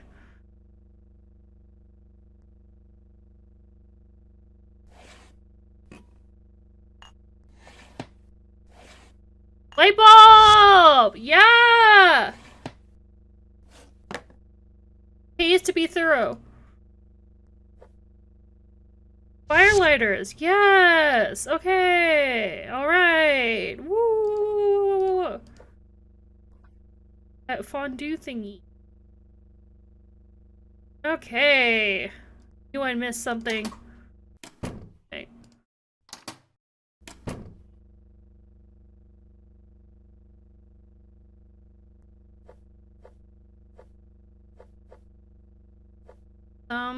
Batteries. I'm gonna guess the flashlight's gonna run out of batteries.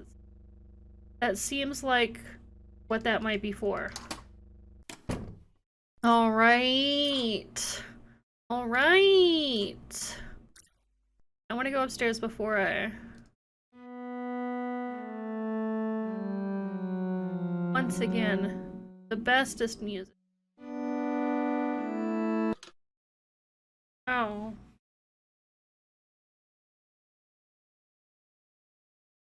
Just over. Music ended!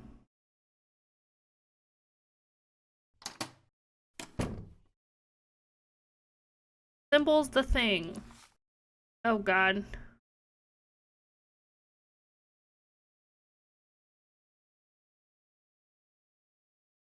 Homeopathy.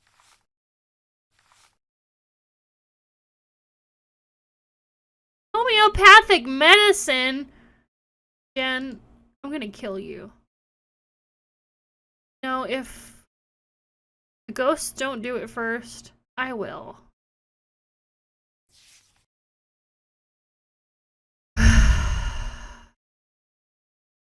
House is coming along nicely. Photographs. Morbid, really. Originally from Arbirth, many years ago. There's a family plot in the local chapel graveyard. Have a look sometime. Use a little tending. Great-grandparents are buried there. Was for 4. Let him know that you will require use. Hey, do you want to be buried next to my great-grandparents? Oh my god. Okay, so yes, they did contact Lucinda and George Edwards. Late 1800s. Okay. Weird letter, but okay. The symbols, the...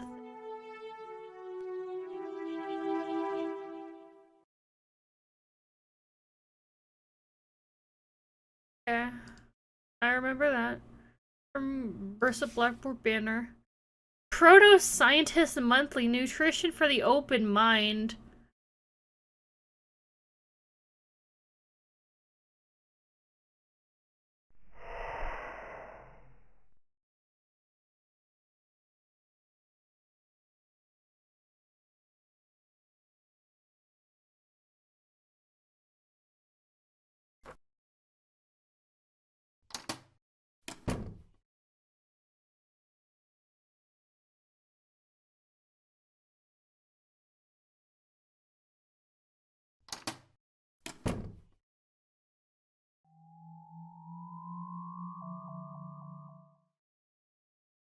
Spooky! Yuki.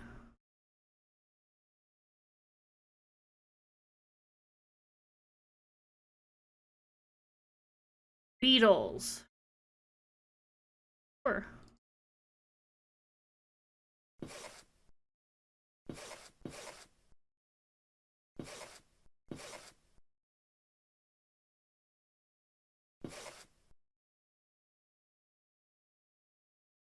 I guess.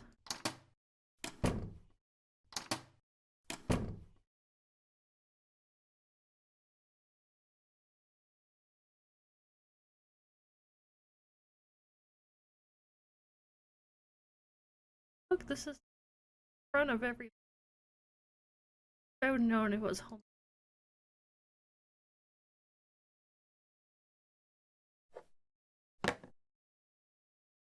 Please tell me we don't have to do homeopathy.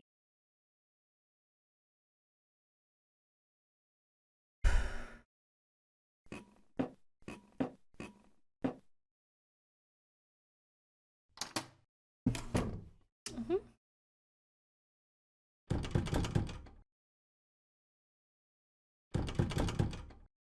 Locked.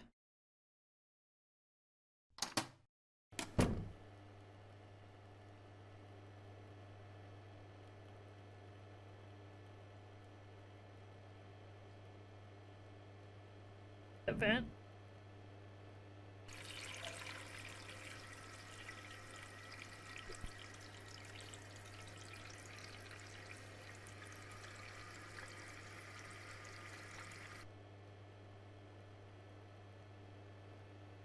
What was that about?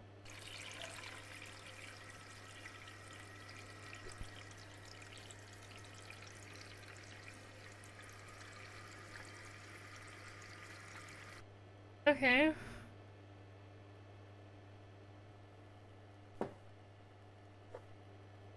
On him. Something with that.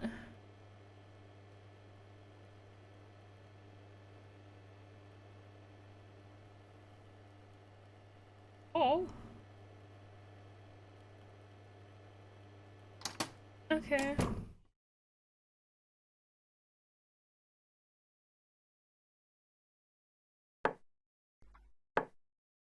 We can't take the sword?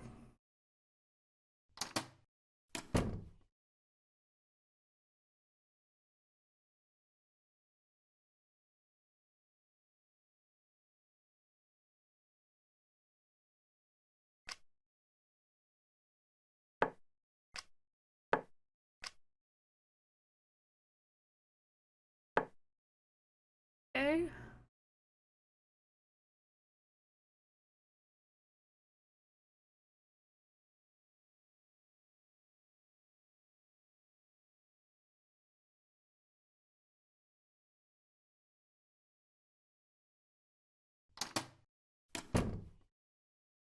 I feel like that was the parent. So it seems likely that this locked door is Rhiannon's room.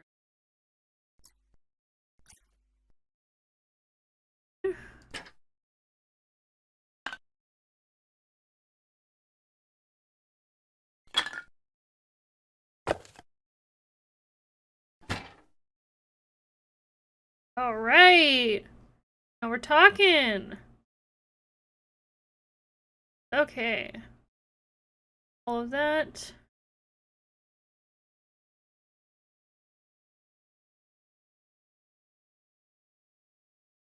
That accomplished for us.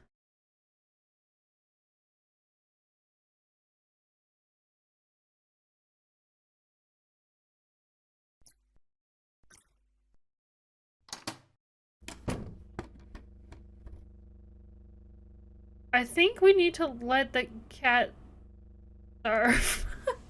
Because it said the cat's gonna bring mice and stuff. So I have a feeling...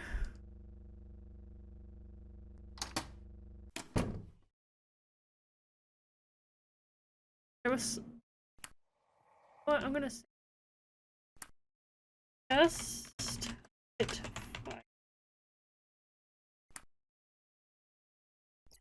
Okay.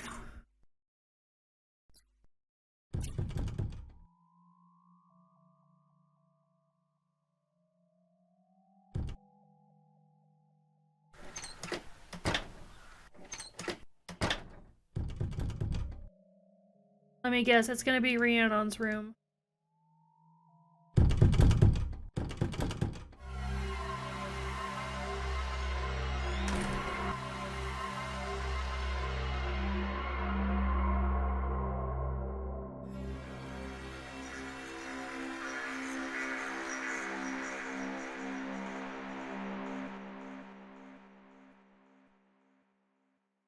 Fetch absent child.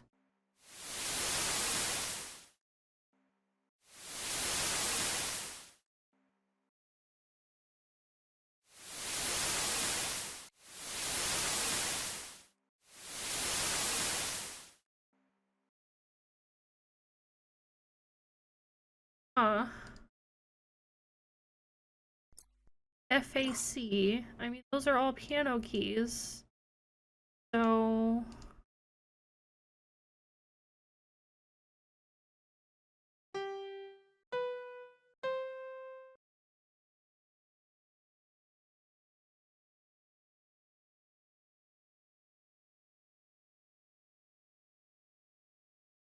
what is going on? What is happening?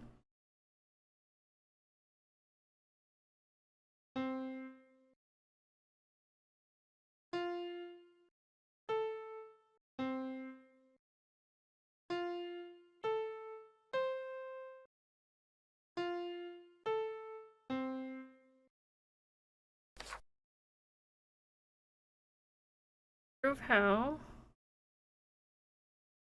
Ever the... those are the FACs.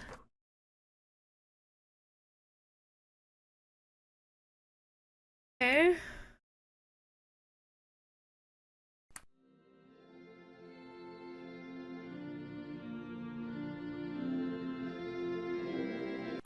I don't know how much more. Oh, do we need the MP3 player for this? I think we do.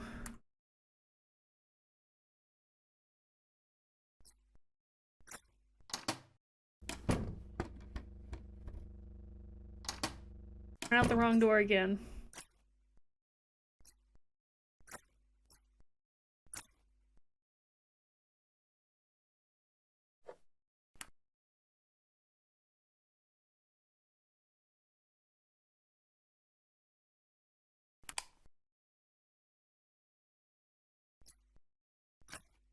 Okay,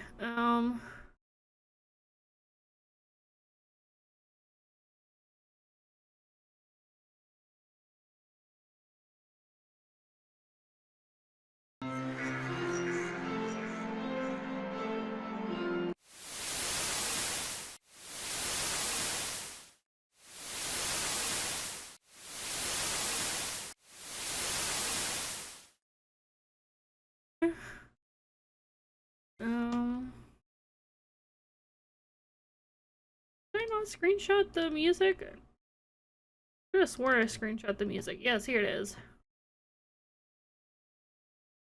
Okay.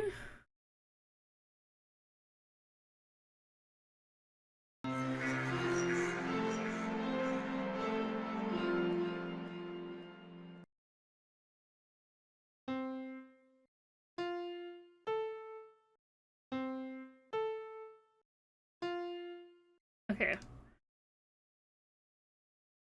Yes, I was doing it wrong.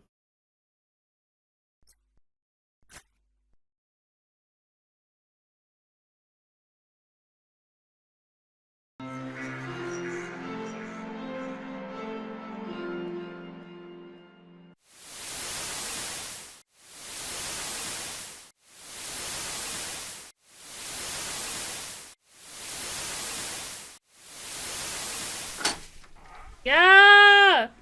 Look at me.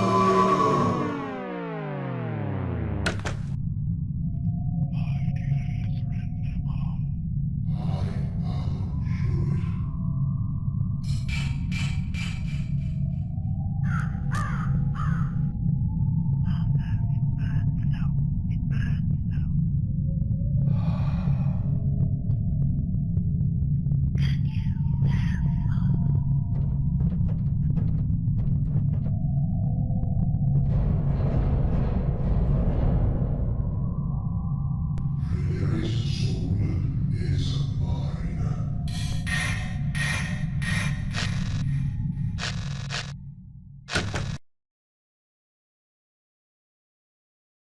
Yeah, that puzzle took me way more tries than it should. Whatever. Whatever, am I right? Okay. Well, this room looks thick as hell. Yeah.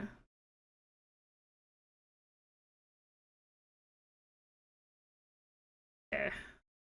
Right, I guess. Properties.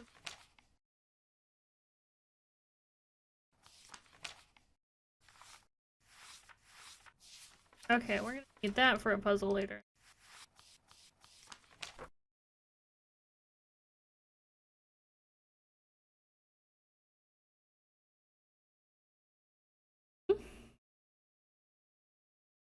Great.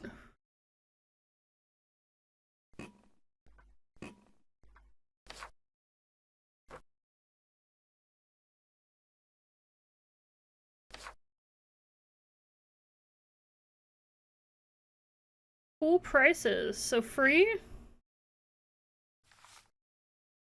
Help your old dad download some tracks from my MP3 player.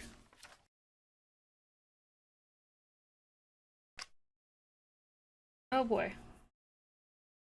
Okay, there's a password.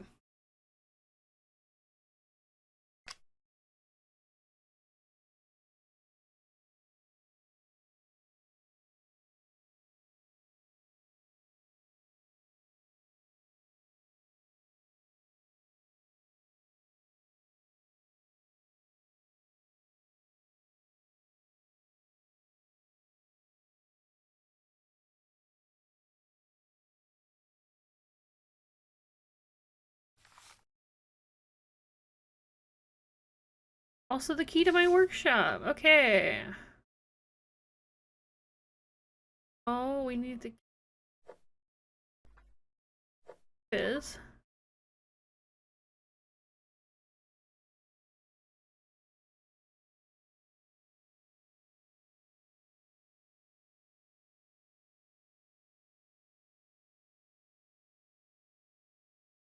Where does she?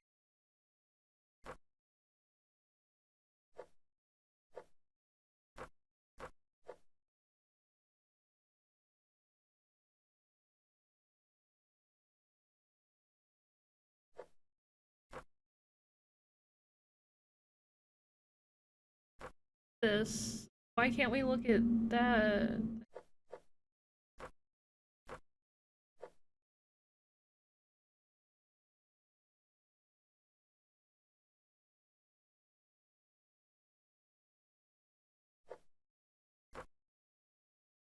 Okay. So the workshop key. I would love the workshop key.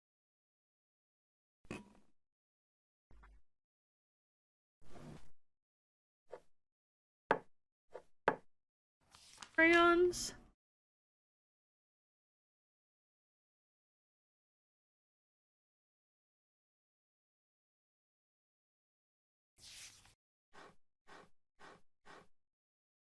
A lot of stuff.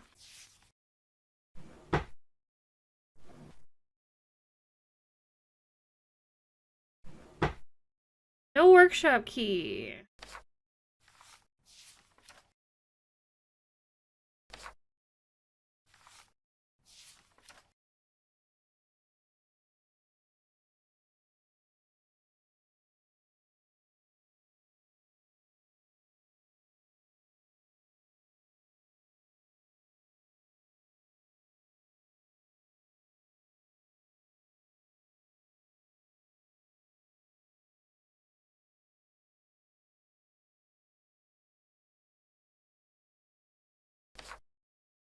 Ooh. Okay. Alright. June 14th, decided to start a new journal today, seeing as there's absolutely nothing else to do in this boring place. Bored, bored, bored. The parents love it though. Positively swooning they are. Found them both stood outside on the patio breathing deeply yesterday afternoon. Thought they were both hyperventilating, but it turned out they were just breathing in the smell of clean, fresh air. Bonkers they are. Totally bonkers. Dad's too busy to set up my computer, so I can't even email or chat with Emma. I asked Mum if Emma could come and stay for a couple weeks in the summer holidays. to keep me company. Actually, the main reason is that I'm hoping Emma's mom will let me stay with them in return before I start this new school, which I'm not looking forward to at all. At least I can knock around with all my old mates and check out Emma's new boyfriend. She's being very secretive about him, and I want to give her the 3rd degree. Turns out that the nearest DVD shop is 7 miles away, and there's only a bus twice a day. Absolutely no chance of going for a night on the town either. Not that I know anyone yet, because the last bus is at 5 p.m. What do teenagers do for kicks here? I've got to ask for a lift from the parents to do anything outside of these 4 walls and 20 acres. June 17th. The builders arrived today, including this really cute guy called Dylan. You have to pronounce it Dolan in Welsh, which is really hard to say. Okay, Dolan. Anyway, he's really lush.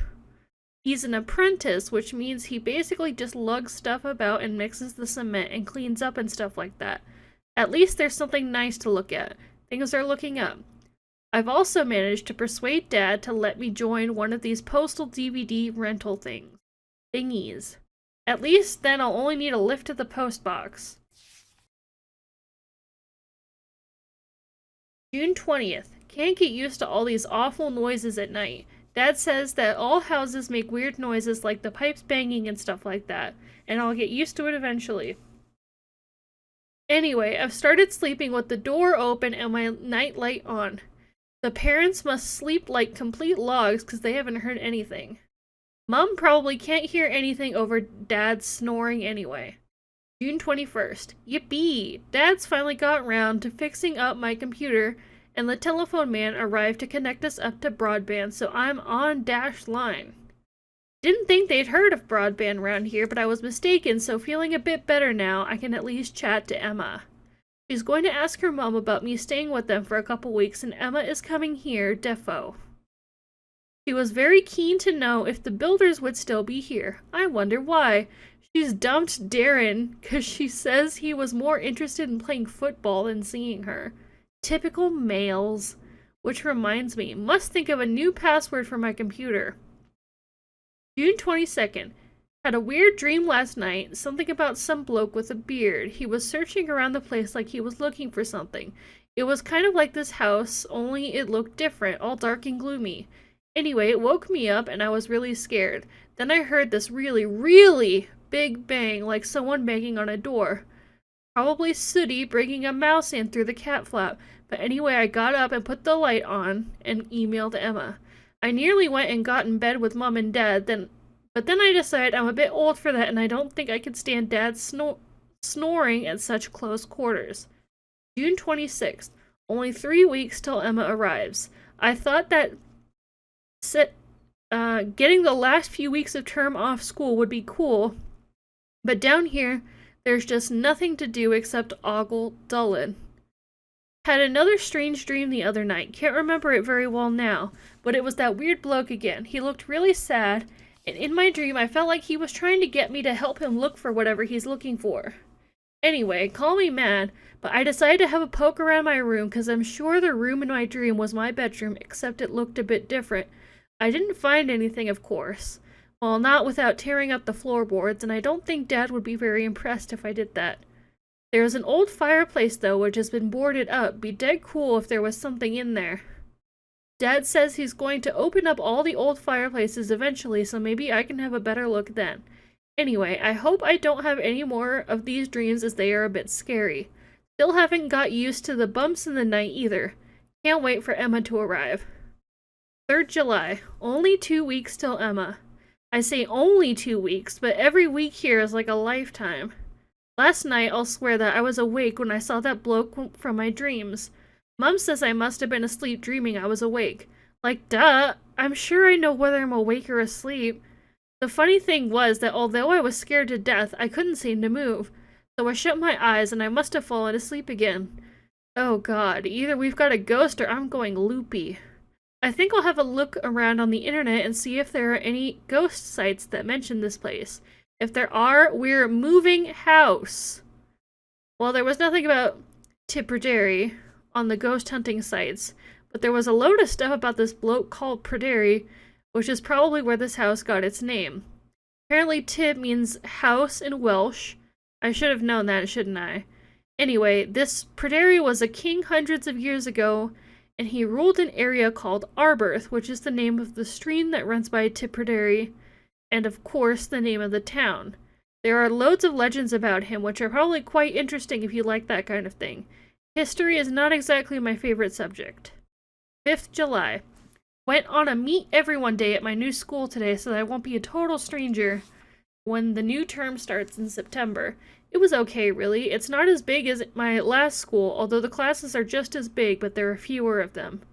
They have special groups for non-Welsh speakers like me, and I'll have to take Welsh as one of my options.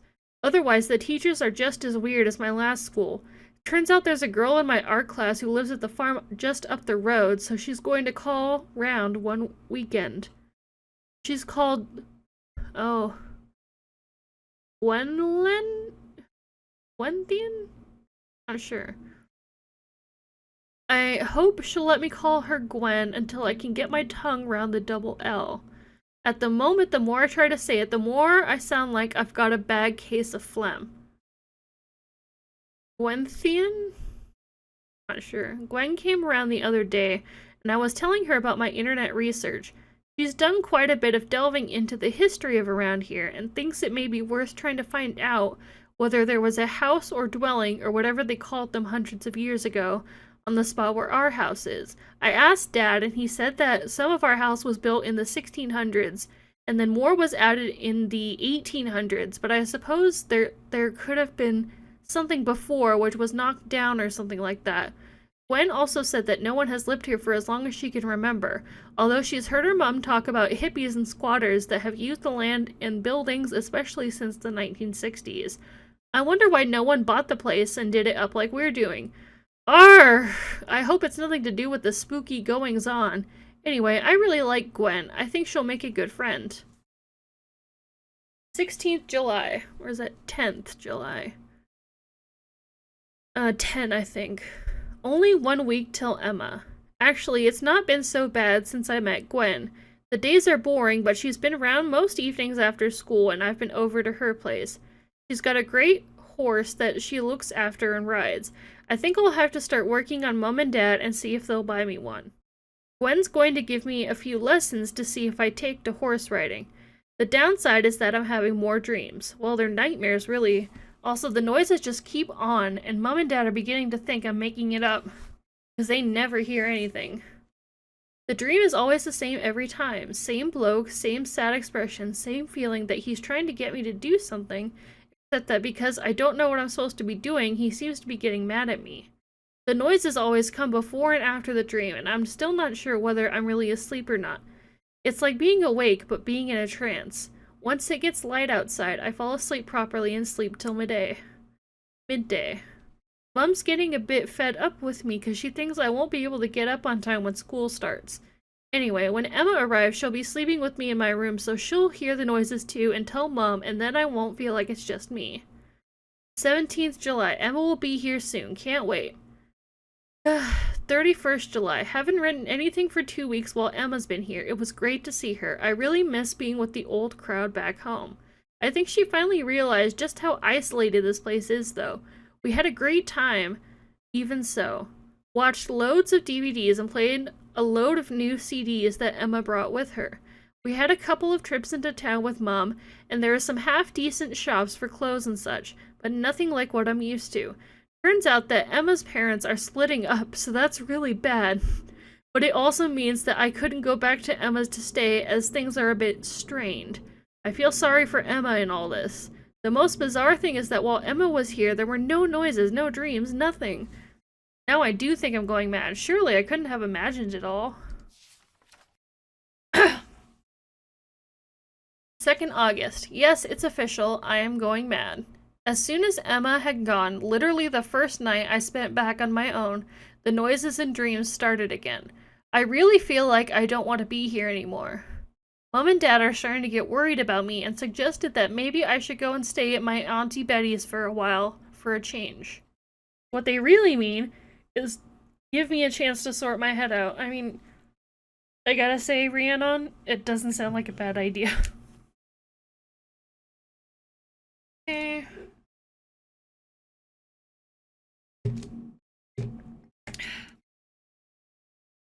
Gwen thinks I should try and find out what might be happening by digging a bit deeper into the history of this place. She at least believes me and is trying to help. There's a link on one of those websites that tells the story about Pryderi to a bloke who's doing some research into the legend. Maybe I'll email him and tell him what's happening to me, see if he's got any ideas. Gwen's mom has given a couple of old farm sale posters that she's had for years, because their farm used to be part of the old Tipperary estate. 5th September. I got back from Auntie Betty's yesterday. It was okay there. At least there was a bit more going on, although my cousins are a bit of a pain. Also, I got lots of sleep and feel ready to face my new school next week. Gwen was pleased to hear I was back. She said it's been deadly dull for the last few weeks. I was a bit apprehensive about being back in my old room last night, but thankfully nothing happened. I also got a reply to my email to John Southworth. He's the guy who's looking into the legend of Pryderi. He's really interested in what I told him and is going to see if he can find out whether Pryderi actually lived in a house that was built on our land. He says he can get hold of old maps of the area. He's also told me to keep a record of my sightings of the man I keep seeing at night. At least he believes me. John says that the legend tells of a wizard that wanted revenge on Pryderi for something he did to him. A wizard? There were never really any wizards, surely. Anyway, he thinks that maybe I'm actually seeing Pryderi, and he's trying to contact me to get him to help him somehow. Anyway, perhaps whatever it was has gone away, cause, fingers crossed, all seems calm again. Well, except for the builders, of course. I've started a record as John suggested, although there's nothing to report as yet, and I've hidden it just in case Mom finds it while cleaning my room. Don't want to be shipped off to the loony bin just yet. Okay.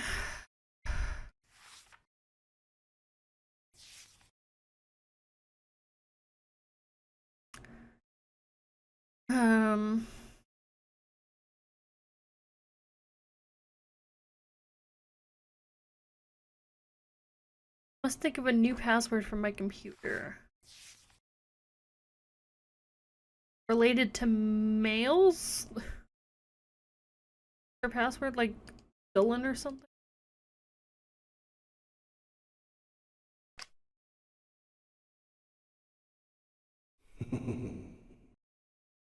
Correct. Okay. So she has like a secret dream journal thing somewhere. Is it next to the orange fizz?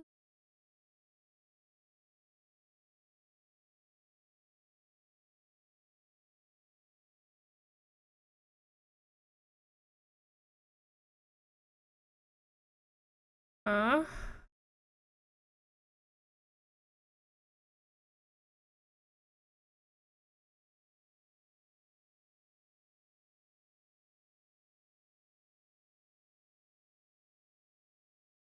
Yeah, I'm kinda stuck.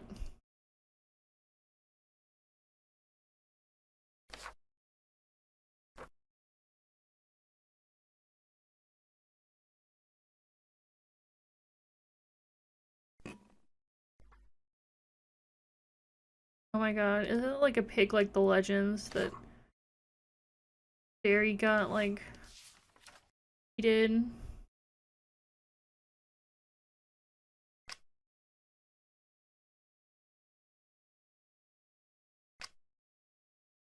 Okay, so her password on her computer is related to boys somehow.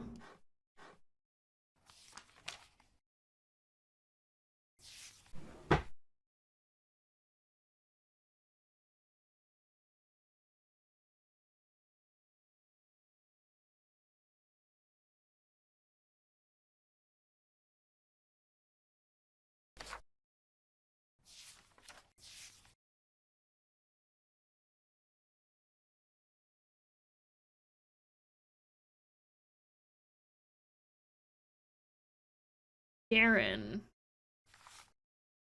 Uh, the computer password?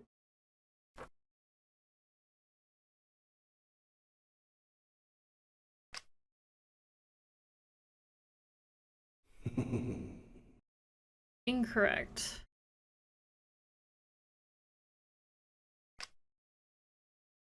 Yeah, I've got nothing. Okay.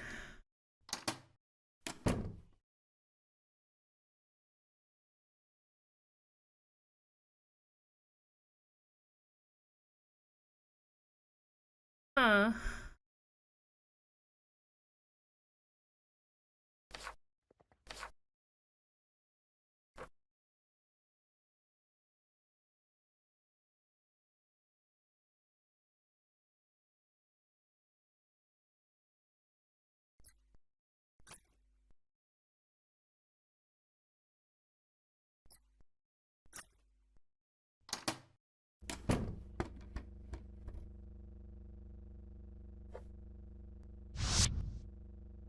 Got a dead mouse.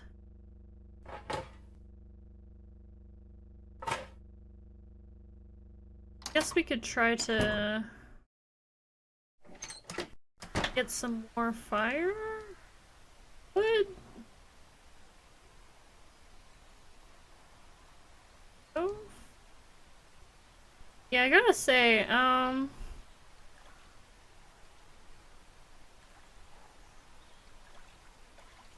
I don't know what's going on.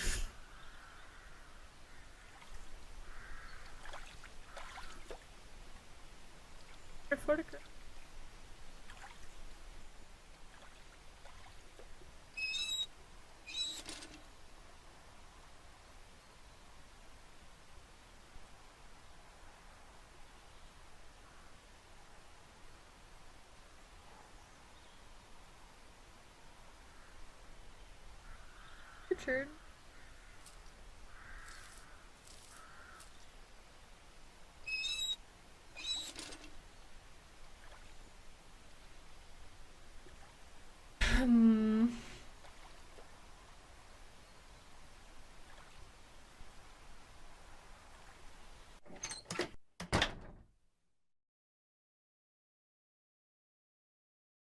I don't know, I feel like... Oh! Ah! Okay. Creamy Dylan, is that the password? Oh, okay. More stuff. 5th September. This is a record of the weird things that are happening here, just in case something happens to me. Sounds a bit melodramatic, but John thinks it will help me to convince myself that I'm not going totally bonkers. 6th September. Feel a bit daft now, as I slept like a log again last night. Maybe I was imagining things after all. 7th September. Decided to go for a walk around today, and found one of those sticky up stones in the ground. Surprised no one's mentioned it, but Mom and Dad are always so busy that I don't think they've actually explored everywhere yet. It's got scratches going up the edges, which might mean something, so I'll send John a photo when I can borrow Dad's camera. 10th September. Strange. Nothing to report, really. Maybe I'm just so tired that I'm sleeping through the noises. 12th September. Spoke too soon. Really bad night last night, but I kept telling myself that it's only like a recording. It's not happening now. I must have dozed off eventually, because I didn't wake up till gone 11 this morning. Got an email from John saying this is where Perderi lived. Maybe not the same actual building, but probably on the same spot. He also wants me to investigate the chapel that's near here. Will ask Gwen to come with me, as I don't think I could go sneaking around gravestones by myself. 14th September. Was it a dream? I hope it was. I woke up in the living room. It was all dark, no lights on. Then suddenly there was a woman standing there. Then it was like someone turned the lights on, but it must have been coming from her. It felt like she was staring at me. No, more like into me. But it was as if her face had no eyes, which doesn't make sense. There was this awful smell of burning, and I started to cry. I couldn't help it. It was like she was crying too, and she lifted her arm and pointed at the wall that seemed to change. It was like the door into the dining room moved from where it should be, but it was a different door, very old. Then I heard this horrific scream. Mind you, that might have been me. Next thing I knew, I woke up on the sofa with Dad leaning over me looking all worried. I should be telling John about this, but I don't see the point in worrying him when he can't really do anything about it. 19th September. I haven't written anything for a few days because nothing much has happened since the other night. 20th September. Got Gwen to go with me to the chapel, but the gate was locked. I was quite relieved, really. She also came back that stone with me so I could take a photo of it. Been on the sofa with a hot water bottle since we came back. I think I've got a bug or something. Hello, M. You missed a lot, but I will be uploading the VOD somewhere. So, like, we're at this old house in Wales, and there was, like, a family that moved here with this, like, 16-year-old girl named Rhiannon, and, like, the house is, like, super duper haunted. So, like, the family, like, went somewhere else, I don't know. But yeah, so we're trying to house sit for them, but it's, like, super duper duper haunted, and it's related to, like, an old Welsh legend about this guy named Pryderi. His mom's name was Rhiannon, and then, he pissed off this wizard somehow. Yeah, there's a lot going on in this game. But also, this is the greatest point-and-click game ever made. Like, I'm only 3 hours into it, but I am so positive that that is the truth. I don't think I've ever played a point-and-click game that is as good as this one. Like, it is a little confusing trying to figure out what to do, but it's just so good. It's so good. But yes, now I'm reading the second journal of the 16-year-old girl who, the ghosts maybe want to kill or something? I don't know. 21st September.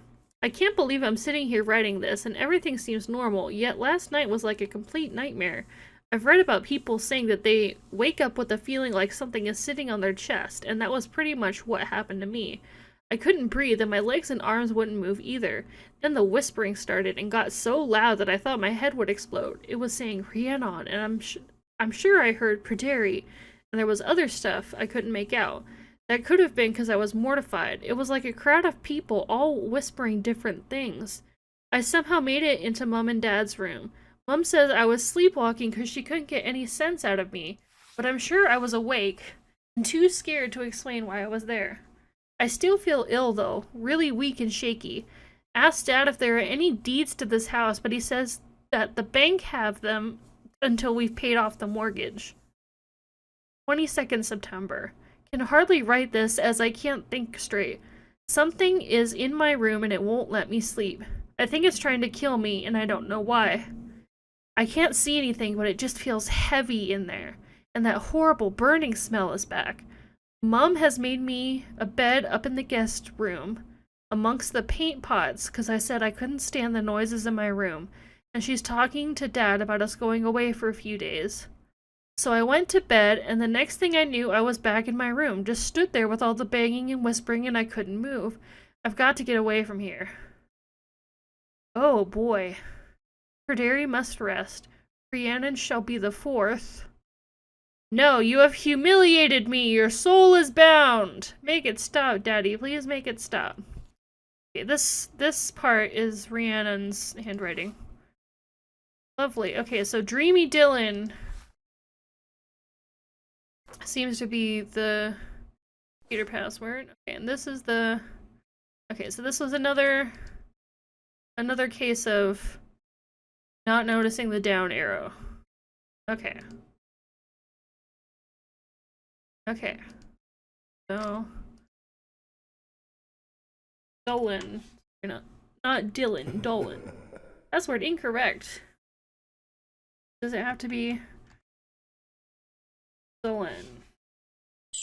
Yeah! Okay, Rhiannon's private stuff. Oh. What? Okay. Archives. Okay. Oh boy. Okay. Wait, let's start with Emma's. I've never had so much fun playing a new point and click game. Okay, 21st June. Oh boy, there's a lot of reading in this game. If you can't already tell, there's a lot of reading. Okay. I'm gonna summarize this one. I feel like the diary was more important, but maybe these emails not so much. Broadband, can't text. We can email, has Darren. Builders are working here. There's Dolan, and he's lush and gorgeous and sexy. Looks about 17. Public transport. Weird noises. Is there a back button? Okay. Thank God you can email. Dump Darren. He completely forgot about me. Oh boy.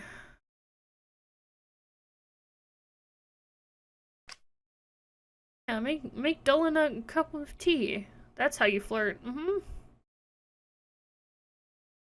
Throw yourself out the window and land in the wheelbarrow. Huh? 2 a.m. Strange dream. Light on. Never remember.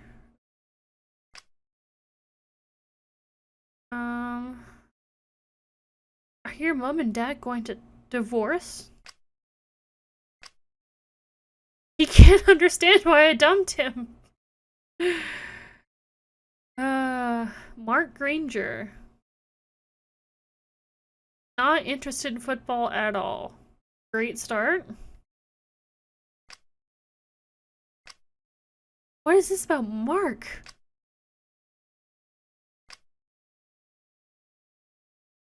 Spooky dreams.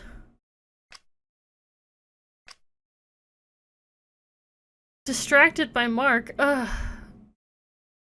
Pose before bros. Fun.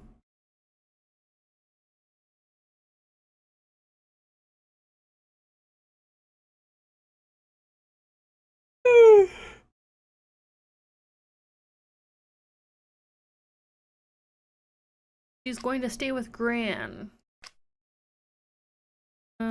Okay. I don't know if we really learned anything. Welsh legends. Esme keeps making. Oh, how can I blame her? Here's my house. Dairy, did he live here? Really old. Strange dreams. I'm the only person who ever does anything. Rhiannon Sullivan. Oh, he even emails in Times New Roman.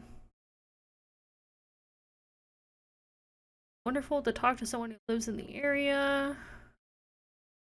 Old maps. I mean, it's called to Pryderi, so seems like an obvious place for the guy to have lived. Not be in the same location. Skeptic.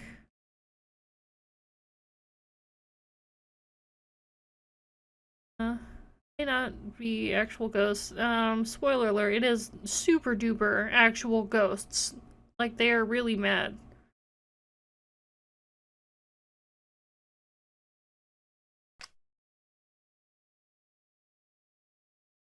Get so much from his time and you just have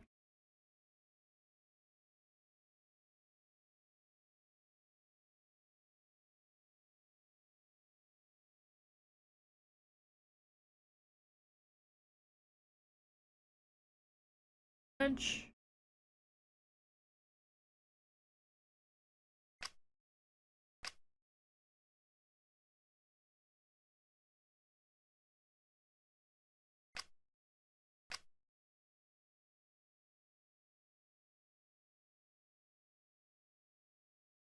house. Chapel. Got... Have we seen the door to the chapel? I don't know. Well, locked away in the study. More land. Yeah, that makes sense. This 20 acres is not like a kingdom.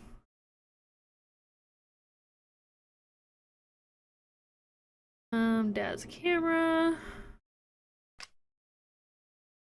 Photo.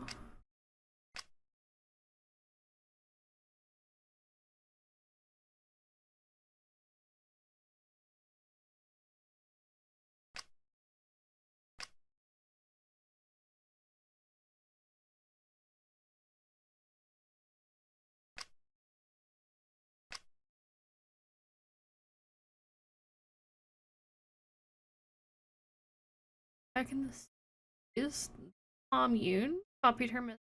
Oh. You don't know me, but I came across a message you had posted to a discussion forum while I was browsing the internet recently. Pruderi used to live there. Hippie commune. Link.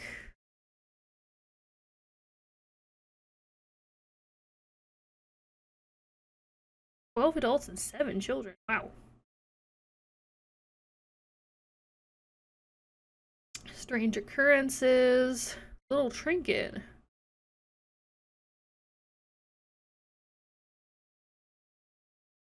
Woods,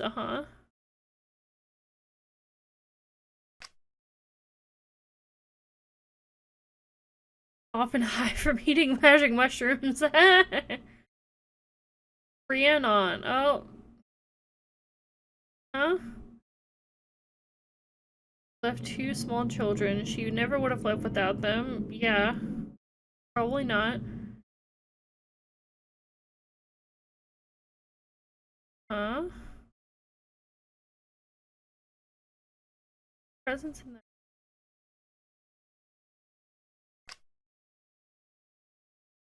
We're involved. Yeah. Oh boy.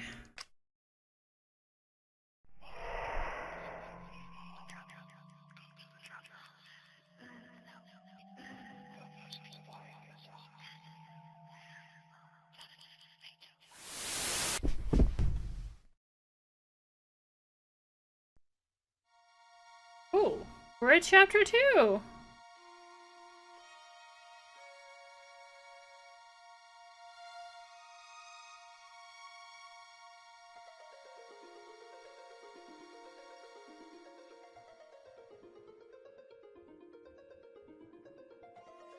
Oh. Oh. Right.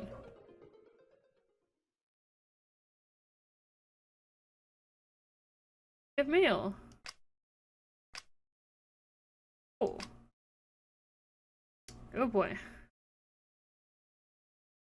The rubbing of the script.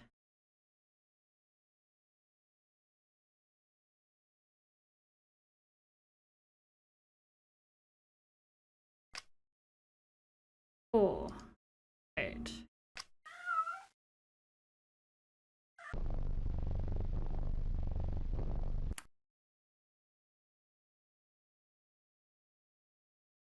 Oh. Have the... No.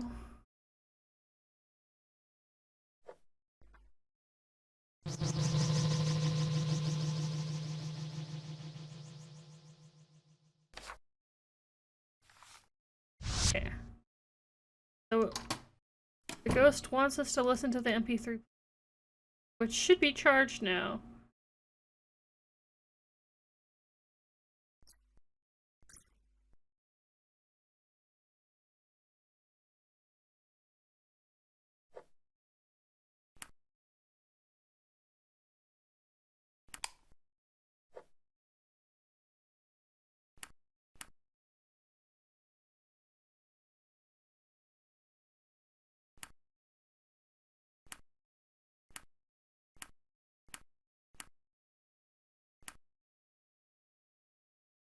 Take this into the...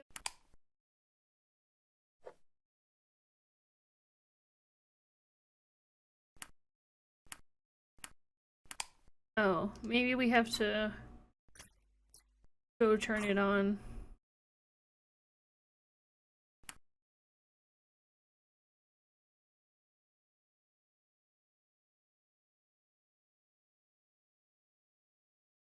Okay, ready, Vox. Is that the... What's the right door? Brand name.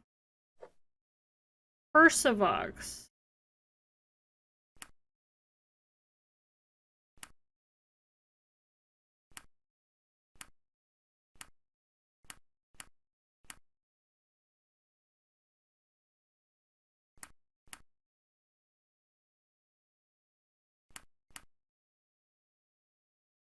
Okay.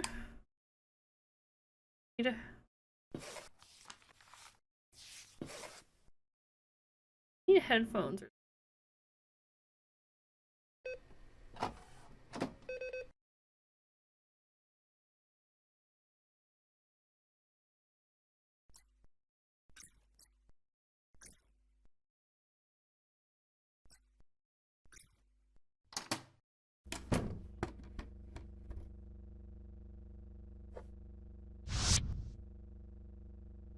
Two dead mice now. Always wanted.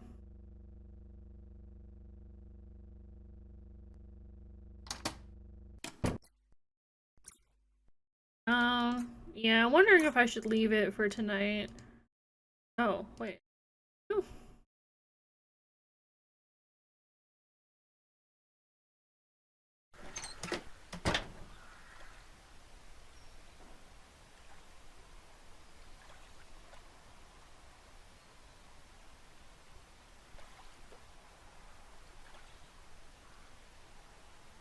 Okay. Yeah. Of stream 1.